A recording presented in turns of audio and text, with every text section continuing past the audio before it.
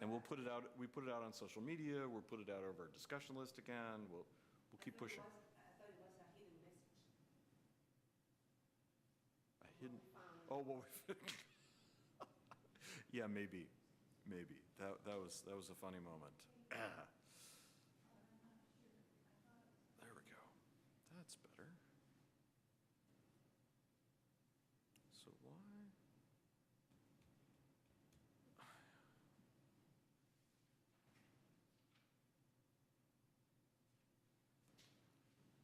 Oh, that's weird.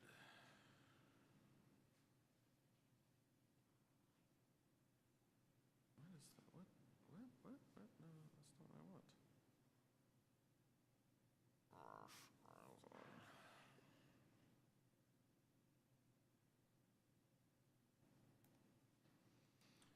Is your phone off? I just thought to do mine.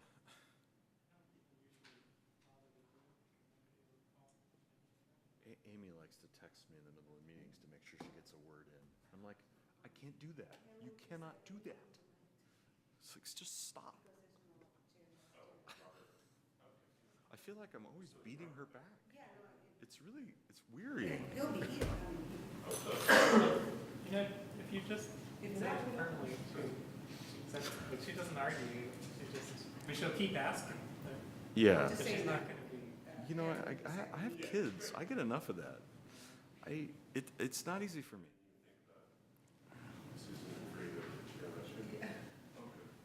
Hey, Robert, we were waiting for you.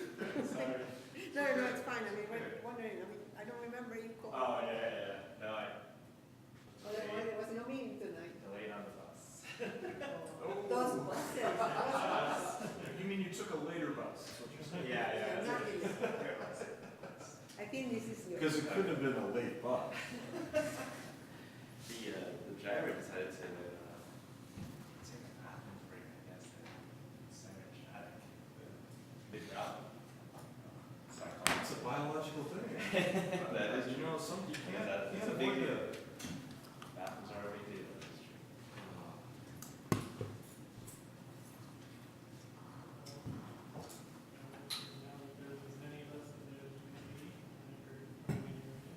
Yeah. Harry's agreed to chair the meeting. Oh, okay. I don't know if that's okay with you. That's fine, this is the vice and chair, right? Yes, that's fine.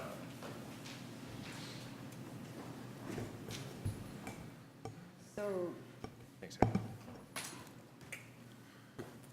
Okay, I'd like to call to order this meeting of the Albany Traffic and Safety Commission for Thursday, June 22nd, 2017.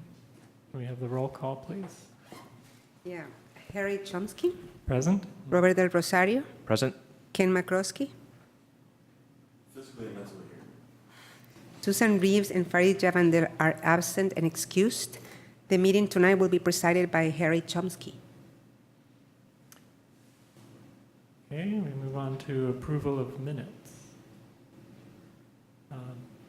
I guess the minutes were included on the website, right? Yes. So have you guys had a chance to look at them? I'll move the minutes. I second. All in favor? Aye. Aye. None opposed? Minutes are approved.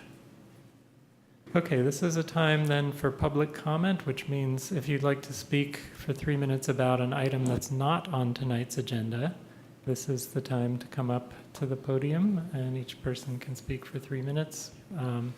If you're here to talk about something that is on the agenda, you'll have a chance to speak later when we get to that item. So would anybody like to speak about an item not on the agenda? Could you fill out a speaker card in the back, please? And you're welcome to do that after you speak, if you need to. Right? But We don't just need it forget- for the record. Right. For the If you come speak, and then make sure to give someone here the card before you go. So first, I just have a quick question. I wrote an email, and I think it was to the gentleman on front and center here. Oh, this was regarding Kains Avenue, and I was requesting a speed count or a traffic count or something.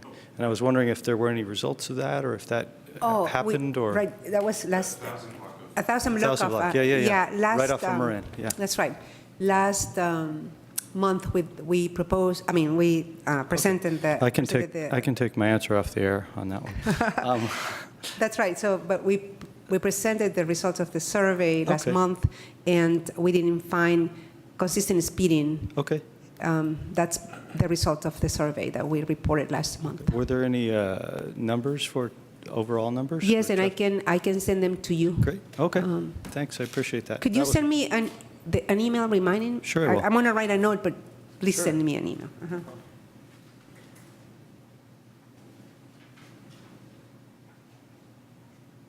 Is that all? Okay, anyone else with comments on items not on the agenda?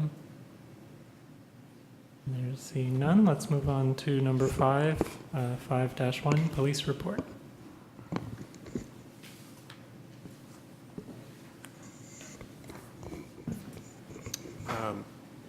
Good evening. We have an opportunity to catch up. There were a couple months there where we didn't have information from the police department, but we have through May now. Starting with the graphs, this shows the collisions per month for bicycle and pedestrians. Bicycles are in kind of the brownish color. That doesn't show very well on the screen, I'm afraid, but it's the non-blue color, whatever that is. There we go, thank you. And you can see that in March we didn't have any. In April there was one collision, and then in May there were 2 collisions reported. Those are bicycle collisions. The dotted line is the trend over the period of time that this graph is tracking, so you can see it overall a slight increase in the trend of bicycle-related collisions. The blue line are the pedestrian-related collisions, and in April there were none, and in May there was one, and that trend line is essentially level for the period of time that the graph is tracking, a little bit over a year, almost a year and a half now. For motor vehicle collisions, or total collisions actually, which does include the autos and the pedestrians and the bicyclists. The total collisions blue on top. In April it was 10, and in May it was 12. The overall trend is declining a little bit. And then the injury accidents is the grayish line towards the bottom of the graph. And both in April and May there were 5 incidents. And that trend line is increasing slightly.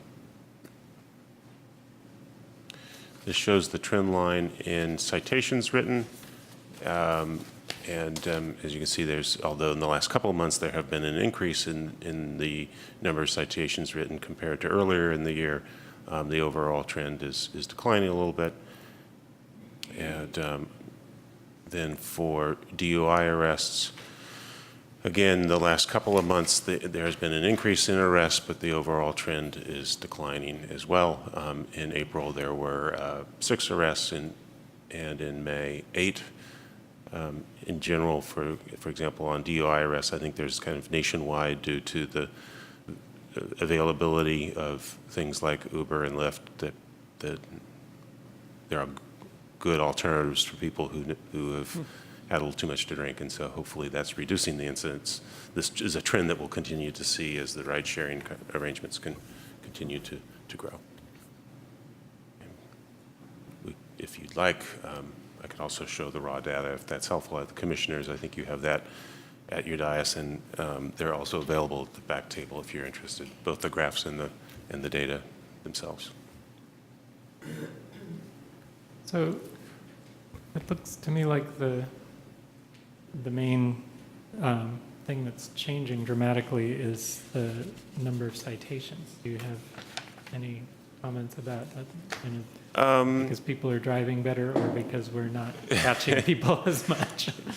Well, I'm going to kind of speak secondhand. I'm not representing the police department here, but I have heard the police chief talk from time to time about these kinds of things. First of all, they don't have a quota. Police officers don't have, at least in the city, don't have quotas for the numbers of tickets they write. So it's not considered a good practice to have a quota. With respect to some of our enforcement, we get grants for targeted enforcement at different times of year and different types of violations. And it may be that we just haven't had the opportunity to get grants for some of those targeted, whether it's using your phone or speeding or schools or something. They have different programs that come along that might explain this. And then there's the fact that they're busy, and we generally have 3 or 4 patrol officers on duty at a time, and if they get busy with other incidents, they're not writing motor vehicle citations. I don't have a specific example or explanation for the trend, but I think those are the general ideas that I've heard the police chief talk about. It's not that they don't, I believe they continue to be sensitive to the safety of citizens, and they just have to prioritize what they work on. Any other questions from the commission about this? Any comments from the public? Okay, come on up to the podium again.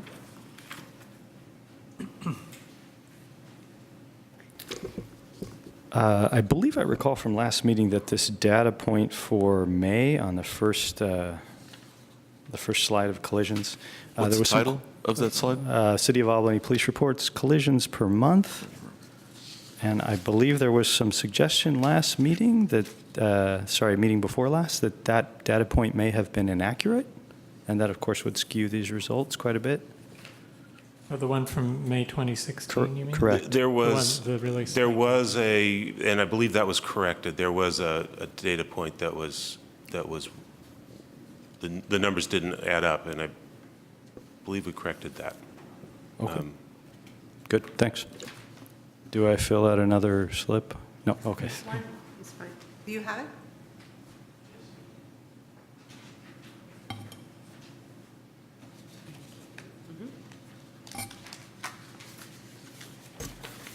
Any other comments from the commission? You know, just to piggyback on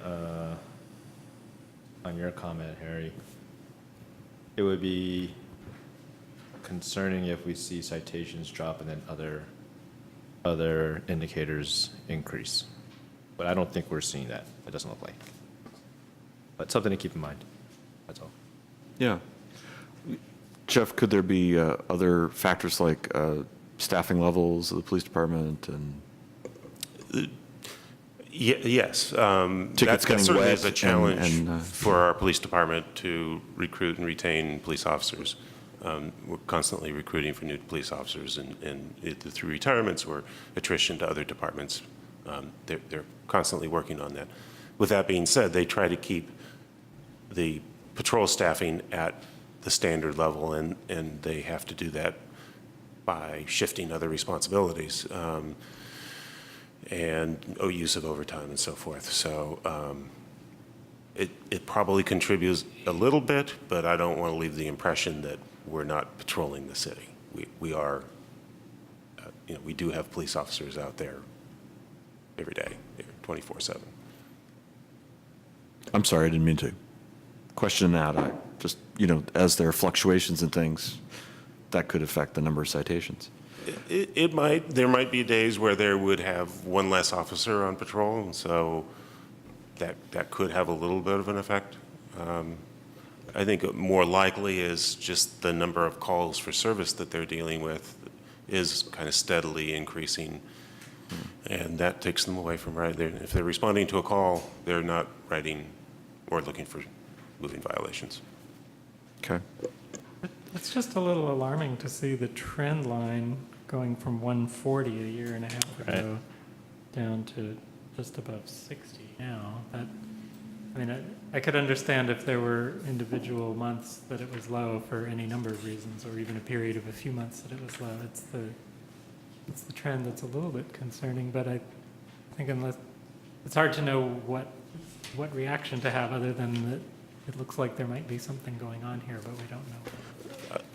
I'll ask the police chief for more information on this and see if he can provide more context and background on why we might be seeing this. Yeah, like I'd really just like to hear the police department's gut feeling about it. And it's too bad they aren't here to ask directly, but if you can convey that to us. I mean, if they feel that everything is going fine with citations and the numbers just vary from month to month and that's normal, I personally would be inclined to say, okay, that seems fine. But if they look at this chart and see that trend line and say, oh yeah, that reflects something that we've been aware of, and then it may be an opportunity to escalate and try to identify and escalate the problem. It is interesting that the citations have gone down, but the collisions seem to have maintained Stage, yeah. fairly steadily. But maybe there's another indicator that they're looking at, whether it's 911 calls or any other type of incidents that they're reporting to that are non-auto related. Yeah, maybe they're responding to a lot more coyote attacks. Yeah. Yeah. And, or whatever. Yeah. I shouldn't throw these things out, I'm sorry. Maybe they have another type of response that they're responding to, so that, you know, and that's where they're putting their time. And If you because saw a trend line of the number of calls for service they get, you would see an increase in this. is that a long-term Yes. climb? Yeah. And is that related to population increase or steeper than that? That is kind of beyond my, Okay. I wouldn't, I couldn't really speak to that. Yeah. I mean, I don't think we're here for the purpose of discussing how the police department allocates their resources. I just want to look at this line as an opportunity to raise the question with them and give them the chance to pursue it further if they want to. As usual, I'd love it if you, I know you were just creating these numbers recently and it didn't make it onto the website, but if you could retroactively put it on so it's part of the permanent record, Sure. that'd be Yeah, great. we do. And thank you again for compiling these graphs. Yeah. It's very, very useful. You're welcome. Okay, let's move on to 6-1, report on grant application for electric vehicle charging stations. I'd like to introduce Claire Griffin and Fanny Yang, who are with our Community Development Department, who've been working on this grant application and have prepared a presentation for you. Yes, Yes. yes. Great. Thanks for having us. Good evening. I'm Claire Griffin. I'm the Sustainability Coordinator. Hello, good evening. My name is Fanny Yang, the Civic Spark AmeriCorps Climate Fellow. And we'll be giving a joint presentation tonight to keep you entertained. It'll be pretty brief. So Fanny and I have been working with Aleda on electric vehicles for some time now through our Climate Action Program. And we've identified a grant for putting chargers in public lots. And so we're here to get some feedback from you and give you a brief presentation on that program. I know you discussed it a little bit, I think, last month. So hopefully we can answer many of your questions. If you have clarifying questions during the presentation, please feel free to ask. But if you have more substantive questions, if you could hold off a little bit, because we're hoping to answer most of them. And we'd be happy to go back at the end and talk through any of the slides that you have questions about. So overall, electric vehicle ownership in the Bay Area is increasing. This graph summarizes the increase in electric vehicle ownership in Albany from 2015 to 2016, and it's based on DMV vehicle registration data for the area zip code 94706. As you can see, Albany experienced a 34% increase in the number of electric vehicles and plug-in hybrid vehicles in just 1 year. So we believe electric vehicle ownership will continue to increase. Currently, Albany has a handful of private residential chargers, but only 2 publicly available charging stations in Albany owned by Little Star Pizza. So a little bit about our program's goals. Like I mentioned, they're based on our climate action plan. Primarily, the City Council has some ambitious greenhouse gas reduction goals, including a 65% reduction over a 2004 baseline for 2035, and our goal is carbon neutrality by 2050. We're not quite sure how we're going to get there yet. We're going to work on a plan. But in the meantime, this is one of the things that's in our current climate action plan with our 2020 goals for 25% reductions. The plan actually requires us in the transportation and land use strategy to incentivize electric and plug-in hybrid vehicles, both with development of charging infrastructure as well as preferential parking spaces. I know in this committee you've talked about maybe not focusing so much on the preferential parking spaces, so we're focusing at least first on that infrastructure piece, which we think is really important to encourage electric vehicle usage. We also think that we're focusing in our climate action plan strategy on fuel switching. We're looking at moving away from fossil fuels and looking more at electrification. And the new community choice aggregation program, I'm not sure if you're familiar with it, called East Bay Community Energy, is going to provide more renewable energy options in the future for residents of Albany. And so we think electrification is actually a really good thing for reducing our carbon emissions. In terms of equity, we also believe that providing charging stations is a really key piece because it will enable people who are considering owning electric vehicles to charge, even regardless of whether they own a home or not. And that's really important in Albany because 50% of people who live in Albany are renters, and many of the people who do own homes don't have access to an adequate garage space to charge. So we want to make sure that that is a public amenity that's provided to everybody, regardless of home ownership. So we're going to be applying to the Air District's charge grant for purchasing, installing, and operating up to 7 publicly available chargers in the city. The grant is available as part of the Air District's program goals to help the Bay Area meet its EV deployment goals of 247,000 electric vehicles by 2025, and also to target designated criteria pollutants like carbon dioxide from on-road vehicles. So the grant covers up to 75% of the total cost of each station, meaning that the city is going to be matching 25% for all city-owned chargers. The minimum project cost to qualify for the grant is $10,000. So the city, we actually have identified 5 proposed locations for the chargers throughout the city. 4 of the locations will be on city-owned lots, and therefore we're going to end up owning these stations. The chargers on private lots will be owned by the property owner. So as mentioned, since we'll be owning these stations, we are allowed to set user fees and user policies. So for example, we can designate city vehicles to charge for free if we like, and then at the end of the month, ChargePoint will keep 10% of the revenue generated and then send us a check for the remaining 90%. So we've currently obtained a couple of contractor quotes for the purchase and install of these ChargePoint charging stations at these locations. And we're partnering with ChargePoint primarily because we're looking at getting a bulk discount. There's 2 existing contracts, one with the state and one with Alameda County. And so we can get in on that procurement process and get a bulk discount through that. And they're both of those are partnering with ChargePoint. The other benefit of ChargePoint is that it's actually the most common charger around in this general area. And so we weren't able to obtain data from them on exact numbers of how many Albany residents have ChargePoint cards, but the assumption is that that's probably those people who are charging in the area probably do already have an account. And people can pay to use the stations through a ChargePoint card, also through a mobile app, or by calling directly. And all that information would be on the charging station itself. So here's a table of the 5 proposed locations for the EV chargers. These locations, as you may notice, are common destinations for Albany residents and employees. And then they also spend at least 30 minutes at these locations. We also noticed during our site walkthroughs with a contractor that some of these lots had electric vehicles in there. One of the electric vehicles was in the exact spot we decided to put it. So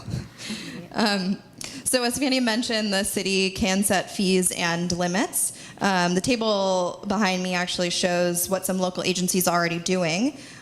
Rates for public charging stations seem to range from about $1 to $4 per hour. And PG&E is also working on developing a commercial rate for EV charging. So we're kind of waiting for some more information on that.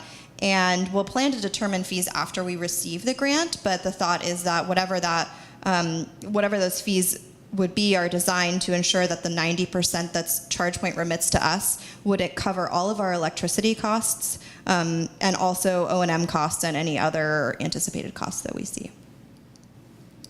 And in terms of next steps, we're planning to take this to council on July 17th to ask for to request permission to apply for a grant. Which the grant is due in late July, and we imagine that we'll also once we receive the award, if we receive the award, charging stations will have to be installed within 9 months of the award, and we imagine we may apply again in 2018 for MTC's park and ride lot and any other locations that we might see that may be necessary for charging in the future. And once we have the chargers in the ground, we also want to take a look at policies to encourage EVs. We've paused on that because we don't have places for people to charge. But once that's the case, we want to look at our own city fleet and see if there's ways to encourage electric vehicles within our city fleet as well. And just on a side note, we're also hoping to participate in a program called Sun Shares this fall, which primarily provides bulk buy discounts for residential solar projects, but also is expanding to electric vehicle charging and electric vehicles themselves. So hopefully in the fall, there may be opportunities for people to get cheaper EVs. I know there are a lot of rebates already out there, but make them even more affordable. So thank you, and we'd be happy to answer any questions. Can you go back to the comment you made about equity and renters? Maybe just repeat it because I'm not sure I quite understood. Oh, yeah, sure. So the idea is that right now for people who rent, they can't charge at home, and there's not a lot of charging opportunities in Albany. And so we want to make sure that we're providing charging opportunities for people who may not have access to charging at home. Does that make sense? So you're imagining that people might own an electric vehicle but not be able to charge it at their home? I imagine that people aren't purchasing. This is actually from personal experience. As a renter, I don't own an electric vehicle because I don't have a place to charge it at home. But I think if people had access to better charging, especially if we set fair rates at the city, then it might be more likely that they could charge. We're also partnering with UC Village to encourage them to install chargers in the village itself. They're going to have a separate application to the charge program. Okay, so your hope is that these few chargers would become part of a bigger network in the city, and then somebody could actually manage owning a vehicle and just charging it at different places at different times. And the idea is to provide the opportunity for people. Okay. Yeah. Any other questions? from Could we the go back commission? and look at the locations? That went pretty quick for me. So you said some of these were city-owned and some of them were privately owned? Yeah, so I believe the UC Village development, the Monroe Avenue, it's going to be privately owned, and then the rest are on municipality. And these are facilities. not a done deal locations. These are our proposed locations to apply for the grant. So when it's privately owned, that means the 90% revenue goes to UC, not to Albany. And does it also mean that UC gets to set the price points? Right. Okay. But if there was going to be, say, a time limit, would that also be up to UC, or would that be up to us? We're hoping to give them the flexibility to choose. There's some requirements in the grant in terms of usage, but we're hoping to give them the flexibility to choose. But we would have to. We don't have an agreement in place with them yet, but we could decide what we want that agreement to look like in terms of requiring them to make sure that these are publicly accessible, and also making sure that the hope is that they would pay the 25% match for these stations. So the grant money will be used for the matching to purchase the stations? Yeah, it's installation, 3 years of O&M, and the charging stations themselves. Okay. And then beyond that, how does the vendor make profit off of this? Do they just sell this product and that's it, and then they're out of it, or is there a share of the revenue that they receive from use of it? Yeah, so they take 10% of the user fees, whatever we set them at. They take 10% of that to recover their costs, and they provide software and. But if we decide that it's free for users, then they get 10% of nothing. How does that work? I haven't asked them that. I don't know if you had a chance to ask. We can ask if there's like a minimum rate that we'd have to pay. Yeah, I've heard that there are some cities that have tried because their budget's big enough to absorb the cost of having them for free. So I'm assuming that they would be paying those costs anyway if they had it for free. So whatever transaction costs that amount or that result from the usage of that charger, they would pay that. We'll check in on what the minimum cost is. Any other questions from the commission? Quick one, and the vendor is responsible for the electric bill for this, or is that the city? The city would be responsible for the electric bill, And that's which is separate why. from the fee? Well, I guess you're hopefully collecting some fees to pay for that electric cost. Yeah.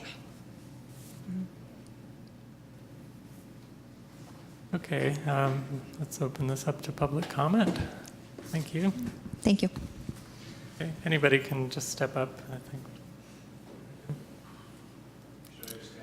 Claire, why don't you No, hand them come the on. mic? Why don't you stay there and Oh, that's hand a the good mic? idea, yeah. If I may, sorry. Yeah.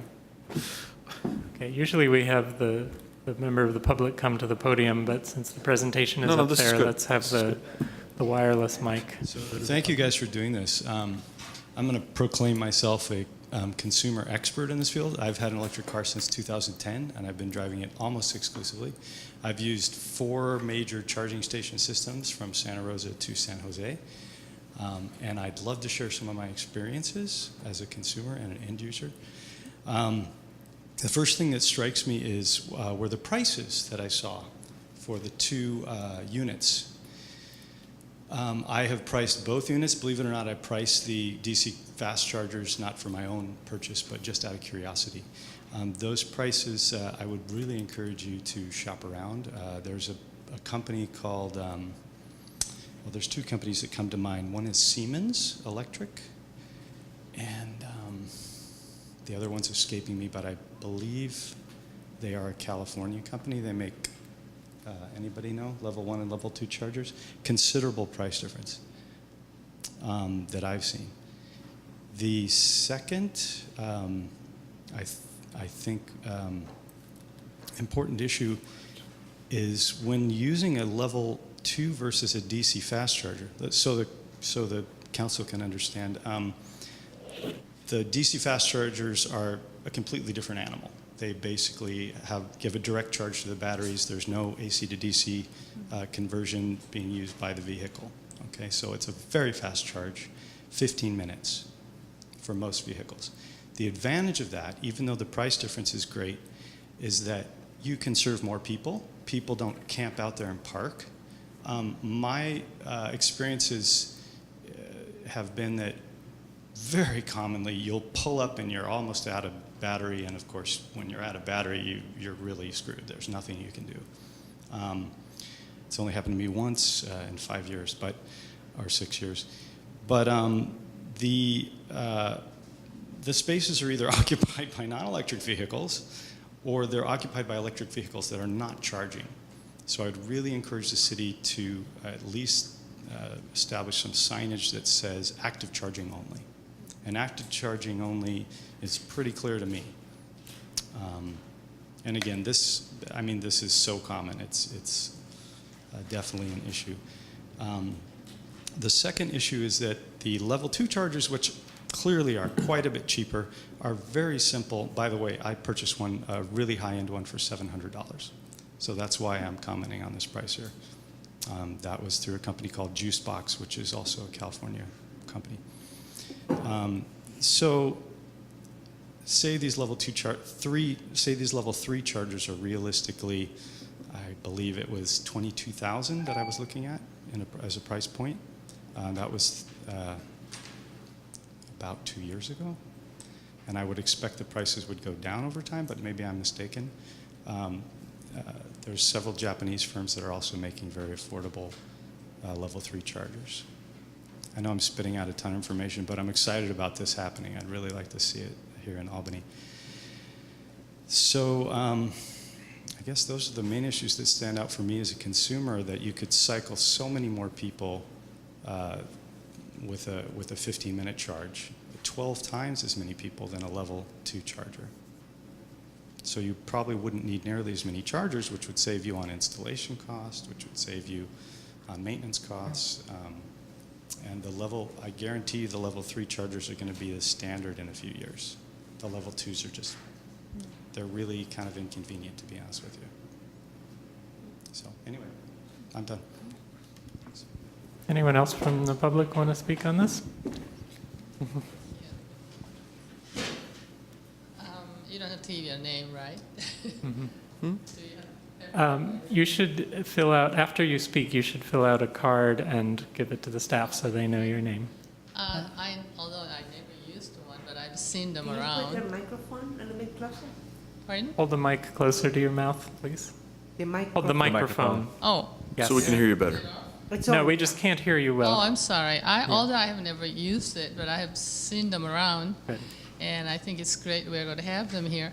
My question is, does it require maintenance? Or is it maintenance free once you're installed? You will, if it's so, then who would be responsible for the maintenance? I think that's sort of- Yeah, that's a great question. So they do require maintenance. I'm not familiar with how often that is required, but the grant pays for the first 3 years of operating and maintenance costs, and then after that, we would make sure that whatever the fee we set includes enough to cover any maintenance costs we have, and then we would do that in-house. Okay, thank you. Thank you. Any other comments from the public? Okay, let's move on to commission comments then. So I'm excited about having charging stations here, and it sounds like a good start, and it sounds like it's also not the end, which is great. As I look, could we go back to the slide with the list of the locations? So one of the stated goals is to encourage Albany residents who might be renters to use these stations, perhaps to buy cars that they can't charge at home. But if you look at these locations, certainly the UC Village is near Monroe Street. I'm not sure if the development isn't exactly next door to the residences. The Public Works Center parking lot, is that a gated facility? They have a gated facility behind them, but these chargers through the grant are required to be publicly accessible. So there is a public parking lot in the front. Great. We know it's not the best location to go charge and hang out. It's a little bit away from where people live. Yes. And it seems unlikely that people would want to go hang out there. And if you think about Albany in terms of renters, especially apartment dwellers, certainly there are the condos, but the apartments seem to run along San Pablo. So you've got that axis, and your other locations are actually along the Marin-Buchanan axis. So it seems like you're not actually meeting that goal in particular with this initial spate of charging stations. Sorry.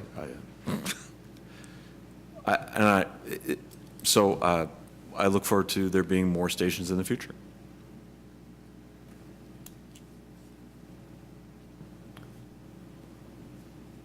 How much is the grant again for that you guys are going to apply for? We haven't exactly determined. It depends on the stations, but it's in the range of $100,000. Is that right? It's about 147 total. Total including, oh no, that's including all five locations. But if you take out the UC development one, It's about 63, just because it's the DC fast charger at that location that bumps up the price. And those costs include installation costs, which can be quite expensive in some of the parking lots where you have to lay conduit. Okay. And sorry, I have more questions. I apologize. After the warranty on the O&M, what would happen at that point? The city would have to come up with a policy to start charging a fee? I think we would take responsibility for O&M after that, and we would just set our rates to make sure that Yeah. that's covered. Yeah. Okay. So you mentioned that the installation cost of running the conduit is a significant part of this. If you install one of the lesser quality chargers, the level 2, is that the one that the gentleman said would be obsolete in a few years? Is it then possible or easy or cheap to upgrade to a fast charger later, if that becomes more relevant for people? Well, it sounds like it may be relevant now, but I think it depends on the location, because it takes a different type of power. So either you have to have access to that or get a transformer, and you have to have space for that. So it depends on the location. That's why we looked at the Monroe area, because they actually laid conduit for a DC fast charger per Aleda's request. So that's the only place where the conduit is already being put in place? That and the Public Works Center is the other one. That's the reason why it's an attractive location, is because it's currently under construction. I guess I'm just wondering about the risk of investing money in creating infrastructure for one of these low-end chargers, which will then possibly not be considered very useful in a few years. So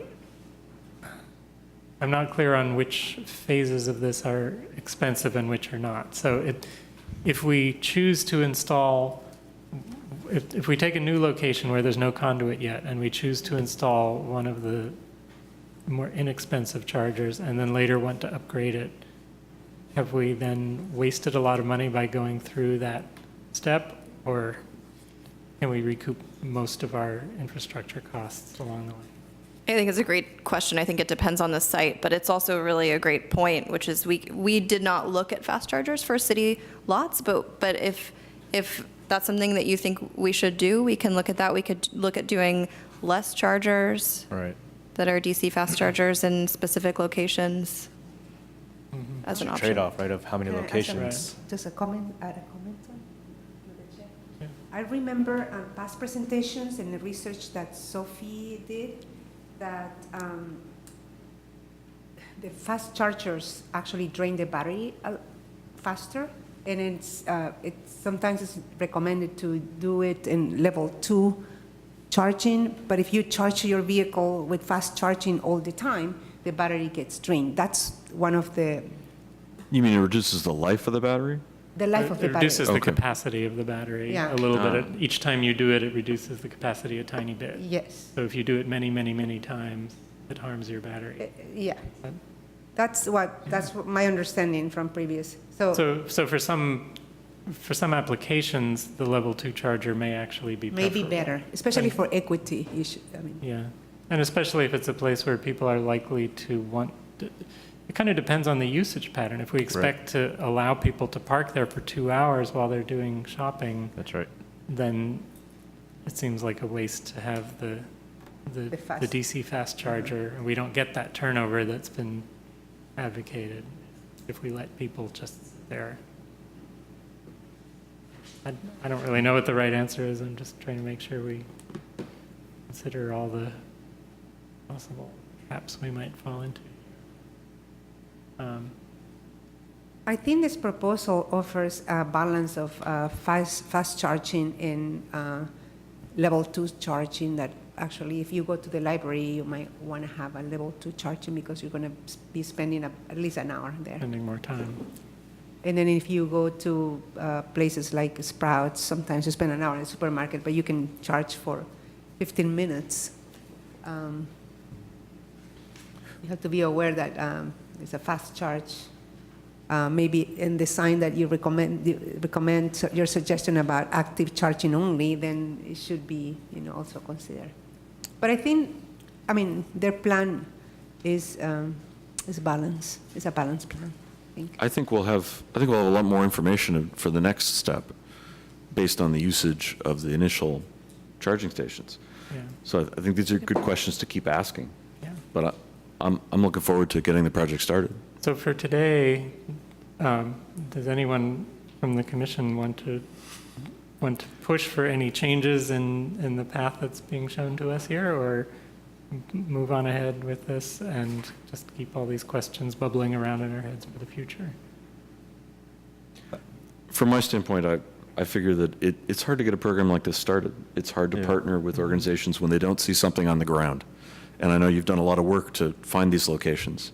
And I think it will get easier going forward. So I think we should move forward. But I interrupted you, Robert. I think the key is to get the grant, apply for the grant and get the dollars. And I don't know how much of that application process can be open-ended for you guys to give these some thought a little bit more about, number of locations, which ones are fast charge, which ones aren't, look where the locations are. And I don't know how much of that needs to be finalized for the grant application, or if you can proceed and then have some more decision-making process afterward. But we don't want to, stall your process, I don't think, but we do want you to move forward. But I think there are some questions that we'd want to see at least thought of.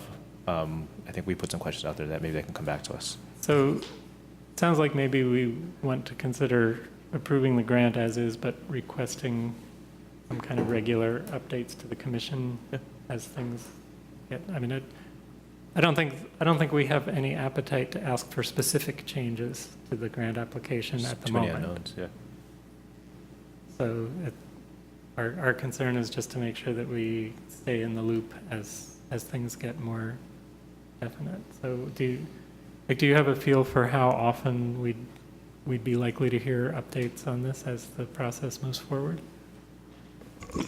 With if we get the grant, we could bring it to you as often as you'd like and as your agenda can accommodate. Right. I don't think we have any problem kind of at least keeping you up to date at each milestone every few months. Okay. I move that we commend this program to the City Council as described and presented. Okay. I'll second. All in favor? Aye. Aye. Aye. And the motion carries. Good luck with the grant. Thank you. Yeah. Just so you know, there's also, once they're in the ground, we will get usage data that can be provided to you too, so. Thanks. Okay, the next item is 6-2, proposed improvements to Washington Avenue between Pierce and Cerrito Street. Okay, I'll give you a staff report, and Aleda will probably help me out with some of the context and background.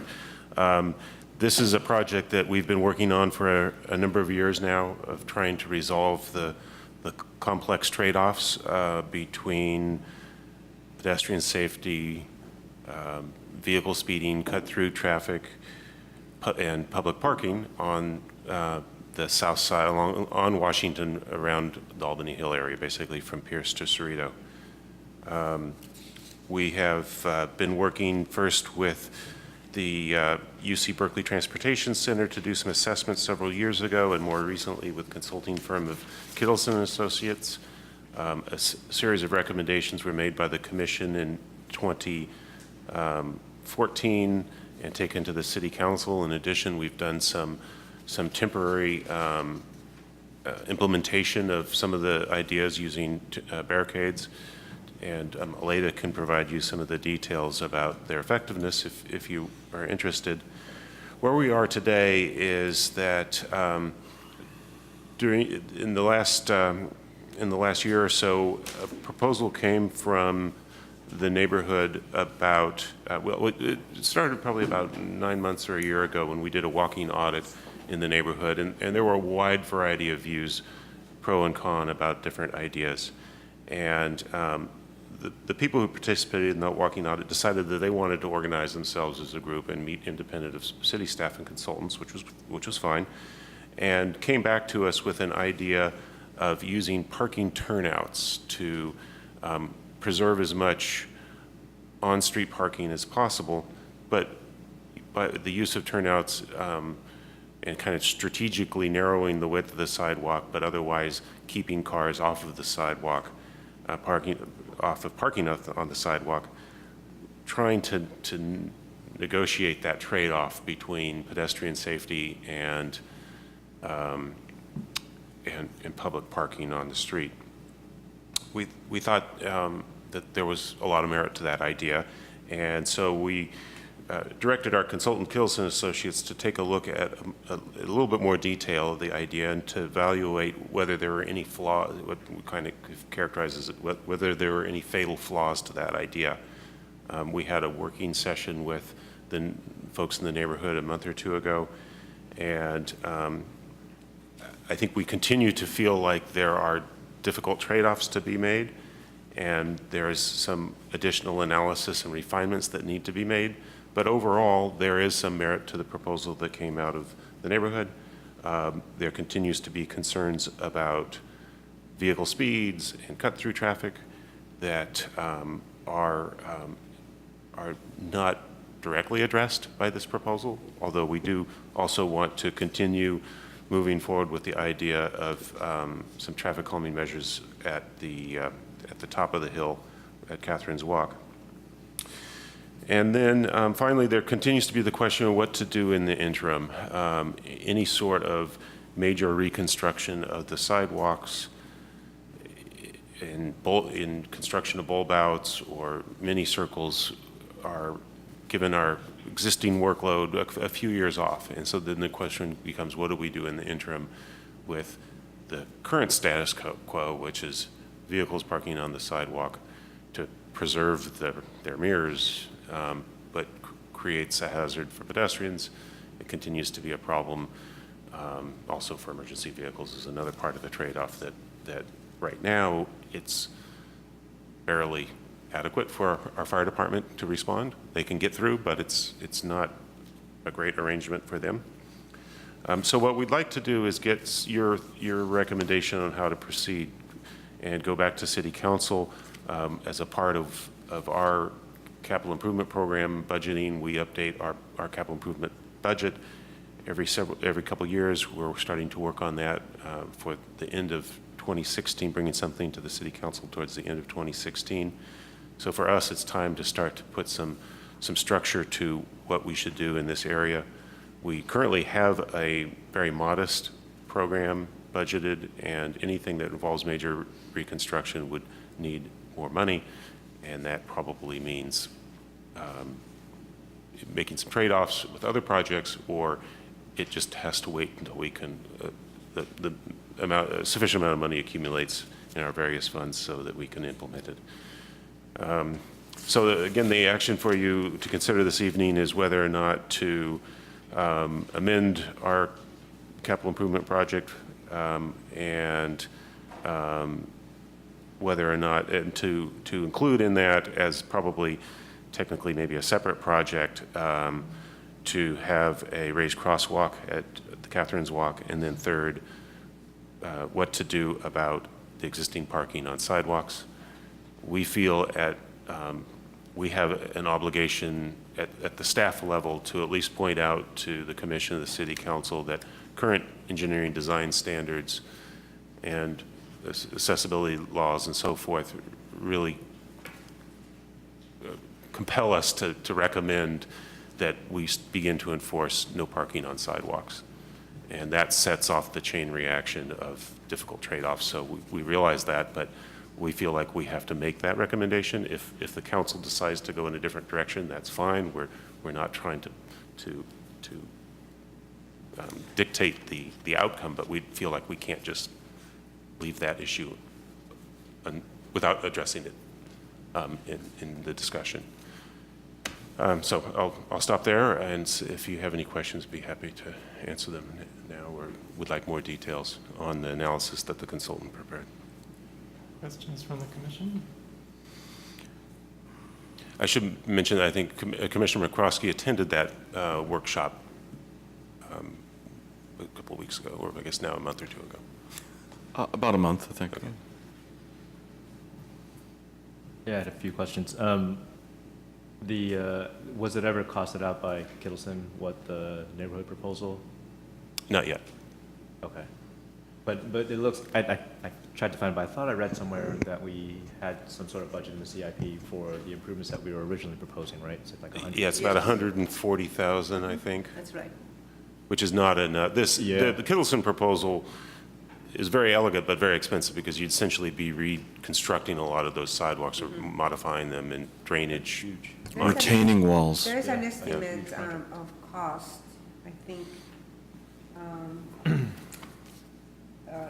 For instance, a retaining wall are like between $70 and $200 per linear foot, depending on the circumstances and the limitations. So that's basically as a range. Okay. Because this level is very conceptual, we cannot have a very accurate cost, but it's expensive. It's going to be very expensive. But that will be one of the next things we would want to do between now and the preparation of our next capital improvement budget, is to get it'll still be very conceptual, but get a round number of what the preferred solution will cost. Maybe I can add to what Jeff has said, since I did attend that meeting, and we spent a lot of time in the meeting. I was mostly listening, but going over the May 17th report from Kittleson Associates. And I guess what I took away from that was that this idea of turnouts is doable to some extent. The analysis that was done and reported on and is in the document is kind of a high level, it's almost a Google Maps analysis, really. It's not an on the ground, work with the property owner, figure out what's possible analysis. They really didn't have enough funds to go into that level of detail or to cost it out. And there are a lot of variables, so costing out is going to be pretty intensive. Going through the public meeting with the residents, it became clear that there were some opportunities that were not seen for places where these turnouts could be fairly easily installed, but it was interpreted that they weren't. If you go through the analysis, they're ranked. So some of the rankings weren't quite right, but overall, it's a viable contribution to the solution, is what I would say. And the details need to be worked out. And I guess when I looked at the Kittleson report, the big picture view that I got from it was that they were saying maybe about half of the individual parking stalls that the neighborhood came up with could be done with some problems, and the other half couldn't be done at all. Is that accurate? Right, it was ranked in medium, low, or high. And there were almost no highs, so it was just the division between the So mediums basically and the division lows. But when we talk about the capital improvement plan, are we talking about planning to implement the ones that Kittleson rated medium, or planning to implement all of them? I think at least the mediums, and I think some of them that were in this memo listed as low may be more viable than we thought. Maybe salvageable. For example, one of the ideas that was mentioned that would help many of these sites is to have, instead of having a hard curb at the edges of these turnouts, have a rolled curb, so that you could, as you're maneuvering out of this parking space, you could kind of roll over the curb a little bit instead of having to use the taper. use a taper. Thank you. Especially in places where there are driveways, so you're not rolling over part of the sidewalk that somebody would normally be walking on.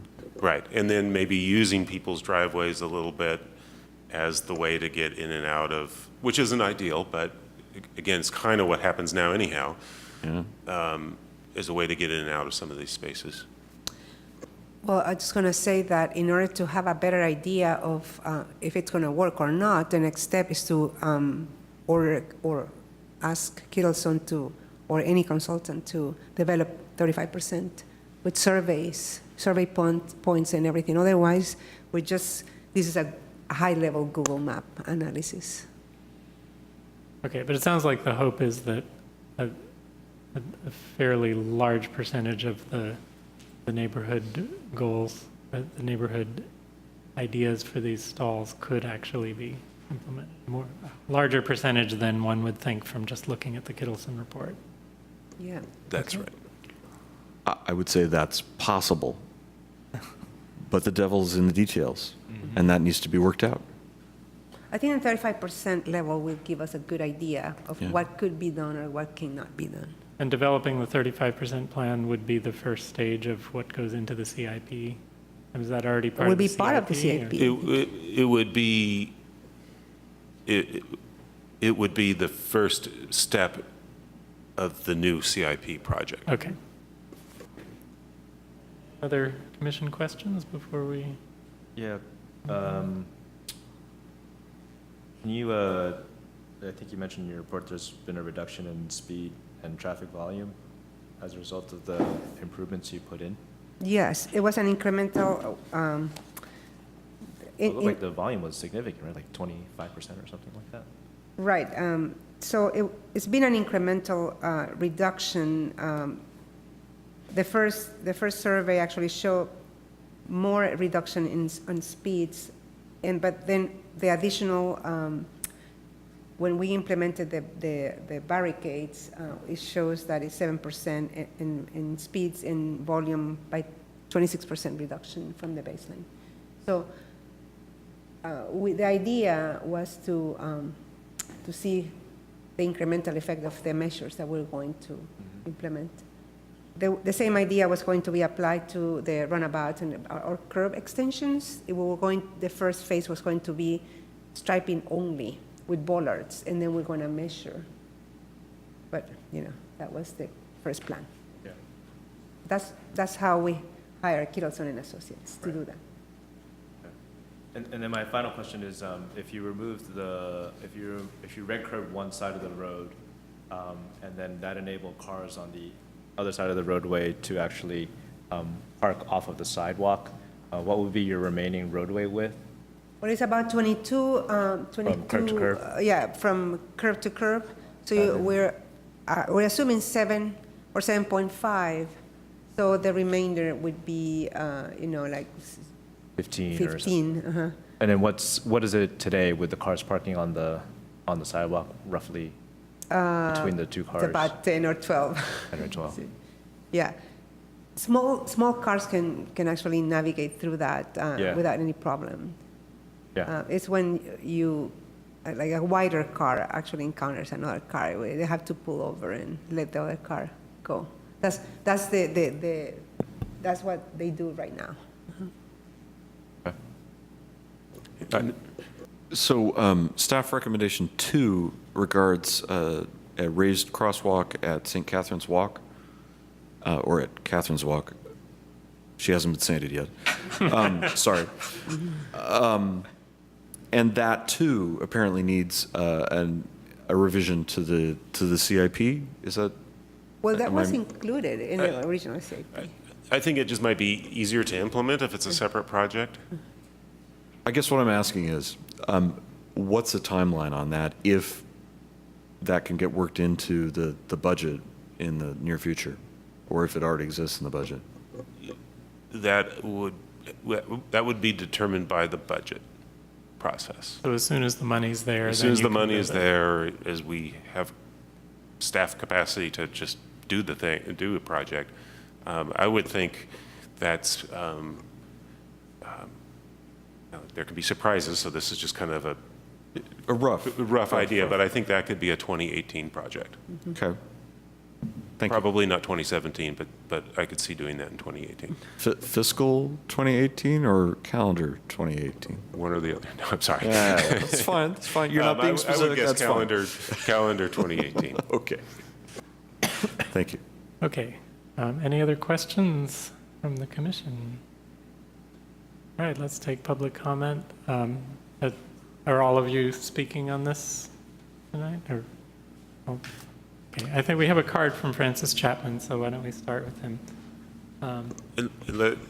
You can tell me if you want me to run the clock or not. It seems like this is pretty small. It's a small, why don't you run the clock just so we know what we're doing, but if someone wants to speak a little bit more than 3 minutes, we can Francis has probably a let it. presentation.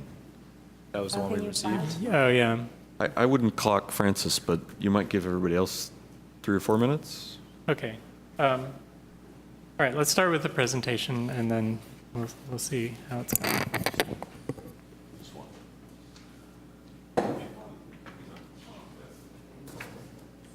I have 2 extra if anybody out there doesn't have it. Can you pass the back? Thank you.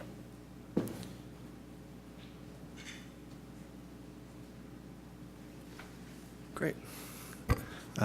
Thank you, Traffic and Safety Commission, for taking time on this subject.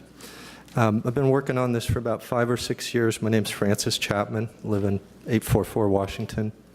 I just want to go through a few background items and then make a few comments on the current proposal. So we've talked a little bit about the traffic surveys. The original one was about 1,100 cars a day, and I'm not sure what the third one ended up at, but it's about 1,100 originally. And the original speed was about 24 miles an hour in a 15-mile-an-hour zone. We also have a high incidence of drunk drivers using our street because they like to avoid San Pablo and Buchanan where they know the police are hanging out, looking for drunk drivers. Made a little map of some of the major collisions that I've observed on our street in the last 5-6 years. All but one, I believe, the car was totaled. One of them, it hit the house at the corner of Polk and Washington, ruptured the gas line, and we were all evacuated for 4 hours starting about midnight a couple years ago. There's an endless number of broken mirrors and other people pulled over for DUI and stuff, but I don't have all those stats. Just a little reminder of I think some of the unique danger conditions on our stretch. We have a blind crest similar to Solano where people come flying over, over the 15-mile-an-hour speed limit. We also have a curve leading into that crest, which creates another limited visibility, and then we have the narrow width. Something that probably everyone knows, but a little surprising, the extent of the difference between 20 and 25 miles an hour. Here statistically, the injury rate goes out drastically once you hit 25. I did participate in a walkthrough in, I think it was 2013, Aleda, maybe 2012, with engineers from UC Berkeley who were on loan to the city. I think it was. Yeah. And they, as well as Kittleson in their report, mentioned that red striping on one side of the street will lead to higher speeds because it'll make the lane wider. It's just a logical conclusion, an obvious one. Most folks who live on Washington are opposed to the idea of just red striping one side. We have a very congested parking as it is, so that would remove a lot of the existing parking, which would create some problems, as well as the speeding issue. So all along, I've been advocating that we have to get control of the traffic before we do any measures that are going to increase the risk, like widening the lane for cars, for vehicles. So my recommendation on the priorities is to focus on the traffic volume and the speeds, make it safer for us to walk and bike, minimize the impacts of parking changes because we do have a lot of older folks on the street and people with mobility issues, as well as some houses that don't have garages or have just one car garage as originally built. So that would be a problem for some people to not have parking in front of their house. I happen not to have parking in front of my house, but I'm not as immobile. I'd also love to see something done about the high number of DUIs or drunk drivers on our block. I think it is a known cut-through for people who are drinking on the San Pablo stretch there to get to the freeway or to get home. And I would like to see more experiments with low-cost measures like paint, signs, the raised crosswalk, speed bump, whatever else we can do. Maybe a special treatment of the road texture at the entrance to the street to make it clear to drivers they're transitioning off an arterial like Pierce or Buchanan or Solano to a lesser extent, and now they're on a residential street. This is, I think, something the city has talked about for the whole of the Albany Hill area where we have a lot of cut-through traffic. Did want to point out a few things about the proposal that's before us now for the cutouts.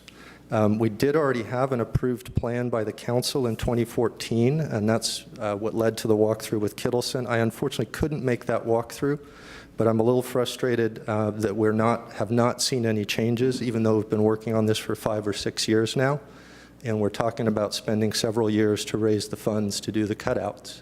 So my kids will be grown by the time this is taken care of, and I'm a little more than a little frustrated by that. I did like the original proposal for bulb outs and a mini roundabout, something that would divert traffic at Gateview, because I think if you do that diversion at Gateview where people can't just cut straight through, you're going to eliminate a lot of the speeding and a lot of the cut-through traffic, people who are just using us to get between San Pablo and the freeway primarily. The staff report recommendations, I think, would fail to achieve 3 of the 4 objectives identified in the most recent report: the reduced speeding, the reduced potential for cut-through traffic, and potentially minimizing the loss of on-street parking, depending on how expensive it is and how much red striping is done. One thing I noticed in rereading the staff report was the original proposal from the council in 2014 recommended painting as a first step. And I just want to make sure that we're talking about painting, the bulb outs, and other traffic measures, not red striping as painting, right? So I don't think the council was recommending red striping in 2014. So I didn't know if that was somehow confused. I think they did. Oh, they did? Okay. I understood it differently. They but did recommend, and again, they recommend also to have measures like the bulb outs striped first, and then the... Yeah, I think it's just important, that tie-in of safety with access, yeah.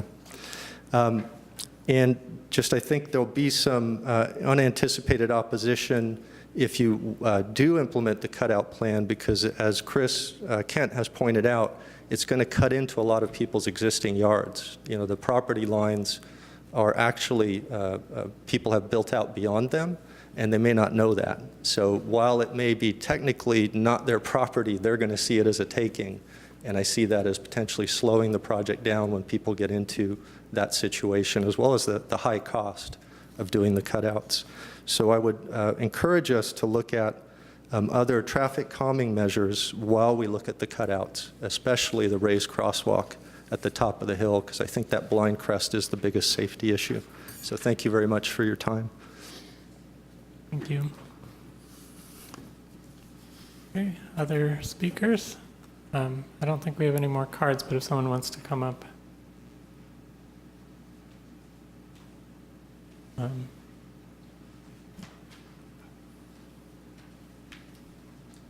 Hi, I'm Michael Gold. I live at on the Cerrito end of Washington, and thanks to commission members who've come to neighborhood meetings and listen to what we had to say and go through some iterations of all this. Those who didn't, I just really want to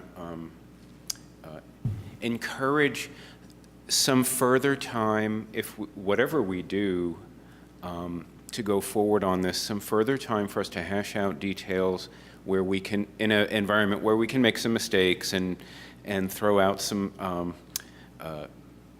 you know, some ideas, kick them around. I think that's how we got here. Now, there's a couple of things I still want to say to the commission as a whole.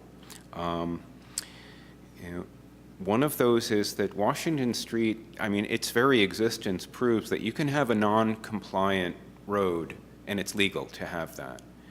And so when I hear, for example, well, it's not ideal that there's parking at the intersection.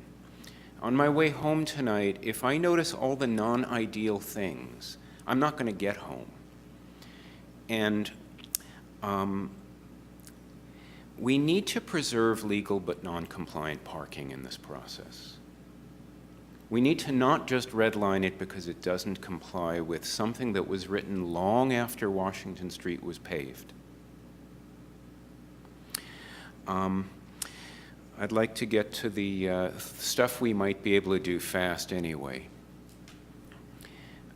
Bottom line on speed control on the Cerrito end, as far as I can tell, I could be wrong, but it looks to me like the only option is going to be a speed bump, or 3 as far as I'm concerned. I know some of my neighbors don't like it, but if you ask them what should we do, their opinion is going to tend to be maybe we shouldn't do anything. Almost every idea we've talked about is going to lead to potential for increased speed on Washington.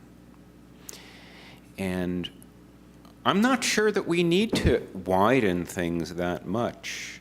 I mean, the road itself, you could never build that road the way it is right now. My hunch is that emergency services would say if we need to get through, we're going to get through. And that's not necessarily the bottleneck. So speed bump seems to be the one thing you can do that won't hurt parking and will slow traffic down. And to anticipate some objections, people in Albany park on speed bumps all the time. I don't know what recommendations say. Please neglect them in this matter. We cannot comply with every possible recommendation.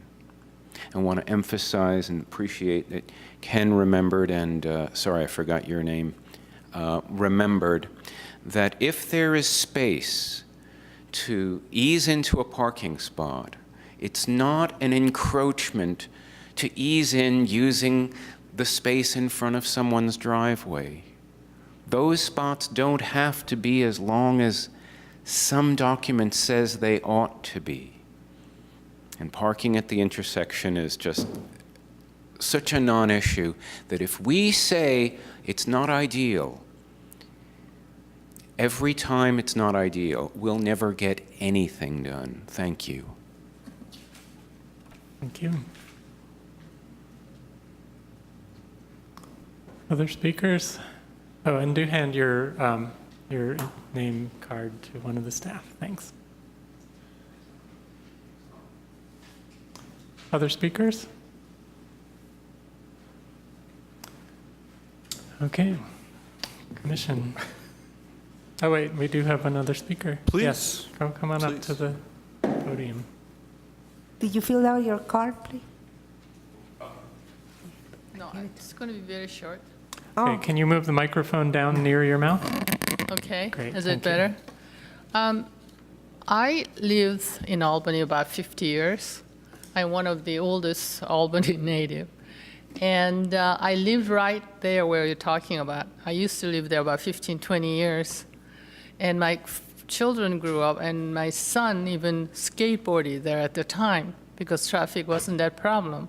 And that there were no cars parked on the curves at the time. And I don't know where all these cars are coming from. I mean, they just park there because most of the houses we have there have 2-car garages. But maybe they're not using them, or everybody start having 2, 3 cars. And I wasn't really thinking what would be the good thing to do about slowing down and all this traffic, because my grandniece lives there, about 7 years old, and she walks to school. And this is a very dangerous place, I noticed. And then I was going through listening to Mr. Chapman, and every point that he pointed out, I agree with him, because I drive there all the time on Washington Avenue, and all the park, I mean, it seems to me the way it is the best way, because I slow down because of the cars parked. And also try more local measures seems to be also excellent idea, making more bright, making more visible, rather than trying to make something very high-tech kind of thing. Maybe it will work too, but so I'm just here to support his idea. Thank you. Thank you.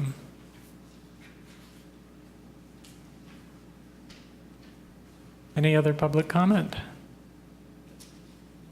Okay, let's have commission discussion. Go ahead. Who would like to Right. begin? It's been a long process already, and it's been interesting, and I appreciate the neighbors who especially have shown up consistently when you can and participated. So I was at the recent meeting, and I was at the meeting before that, which was earlier this year, maybe last fall. No, it was in December 15. Thank you. 15? Yes. And I think the objectives that are listed on the Kittleson Associates on the first page, which the gentleman referenced, were really agreed on in a consensus way at that meeting. And they were agreed on in order by priority by the large group of neighbors that were there that night. And the top priority is provide a pedestrian pathway along the corridor. The next one is minimize loss of on-street parking for residents. The third one is reduce speeding. And the fourth one is reduce the potential for cut-through traffic. Now, obviously, you don't want to adjust one and make something further down the list worse. Agreed. The environment that is built up on Washington Avenue on the Hill is a combination of lots of different factors. Increased traffic, increased enforcement of DUI on major streets, increase in Albany as an attractive place to raise your children. I think there are more families living in Albany overall. Increase in number of cars per household, probably. All these things are coming together. The sidewalks are impassable.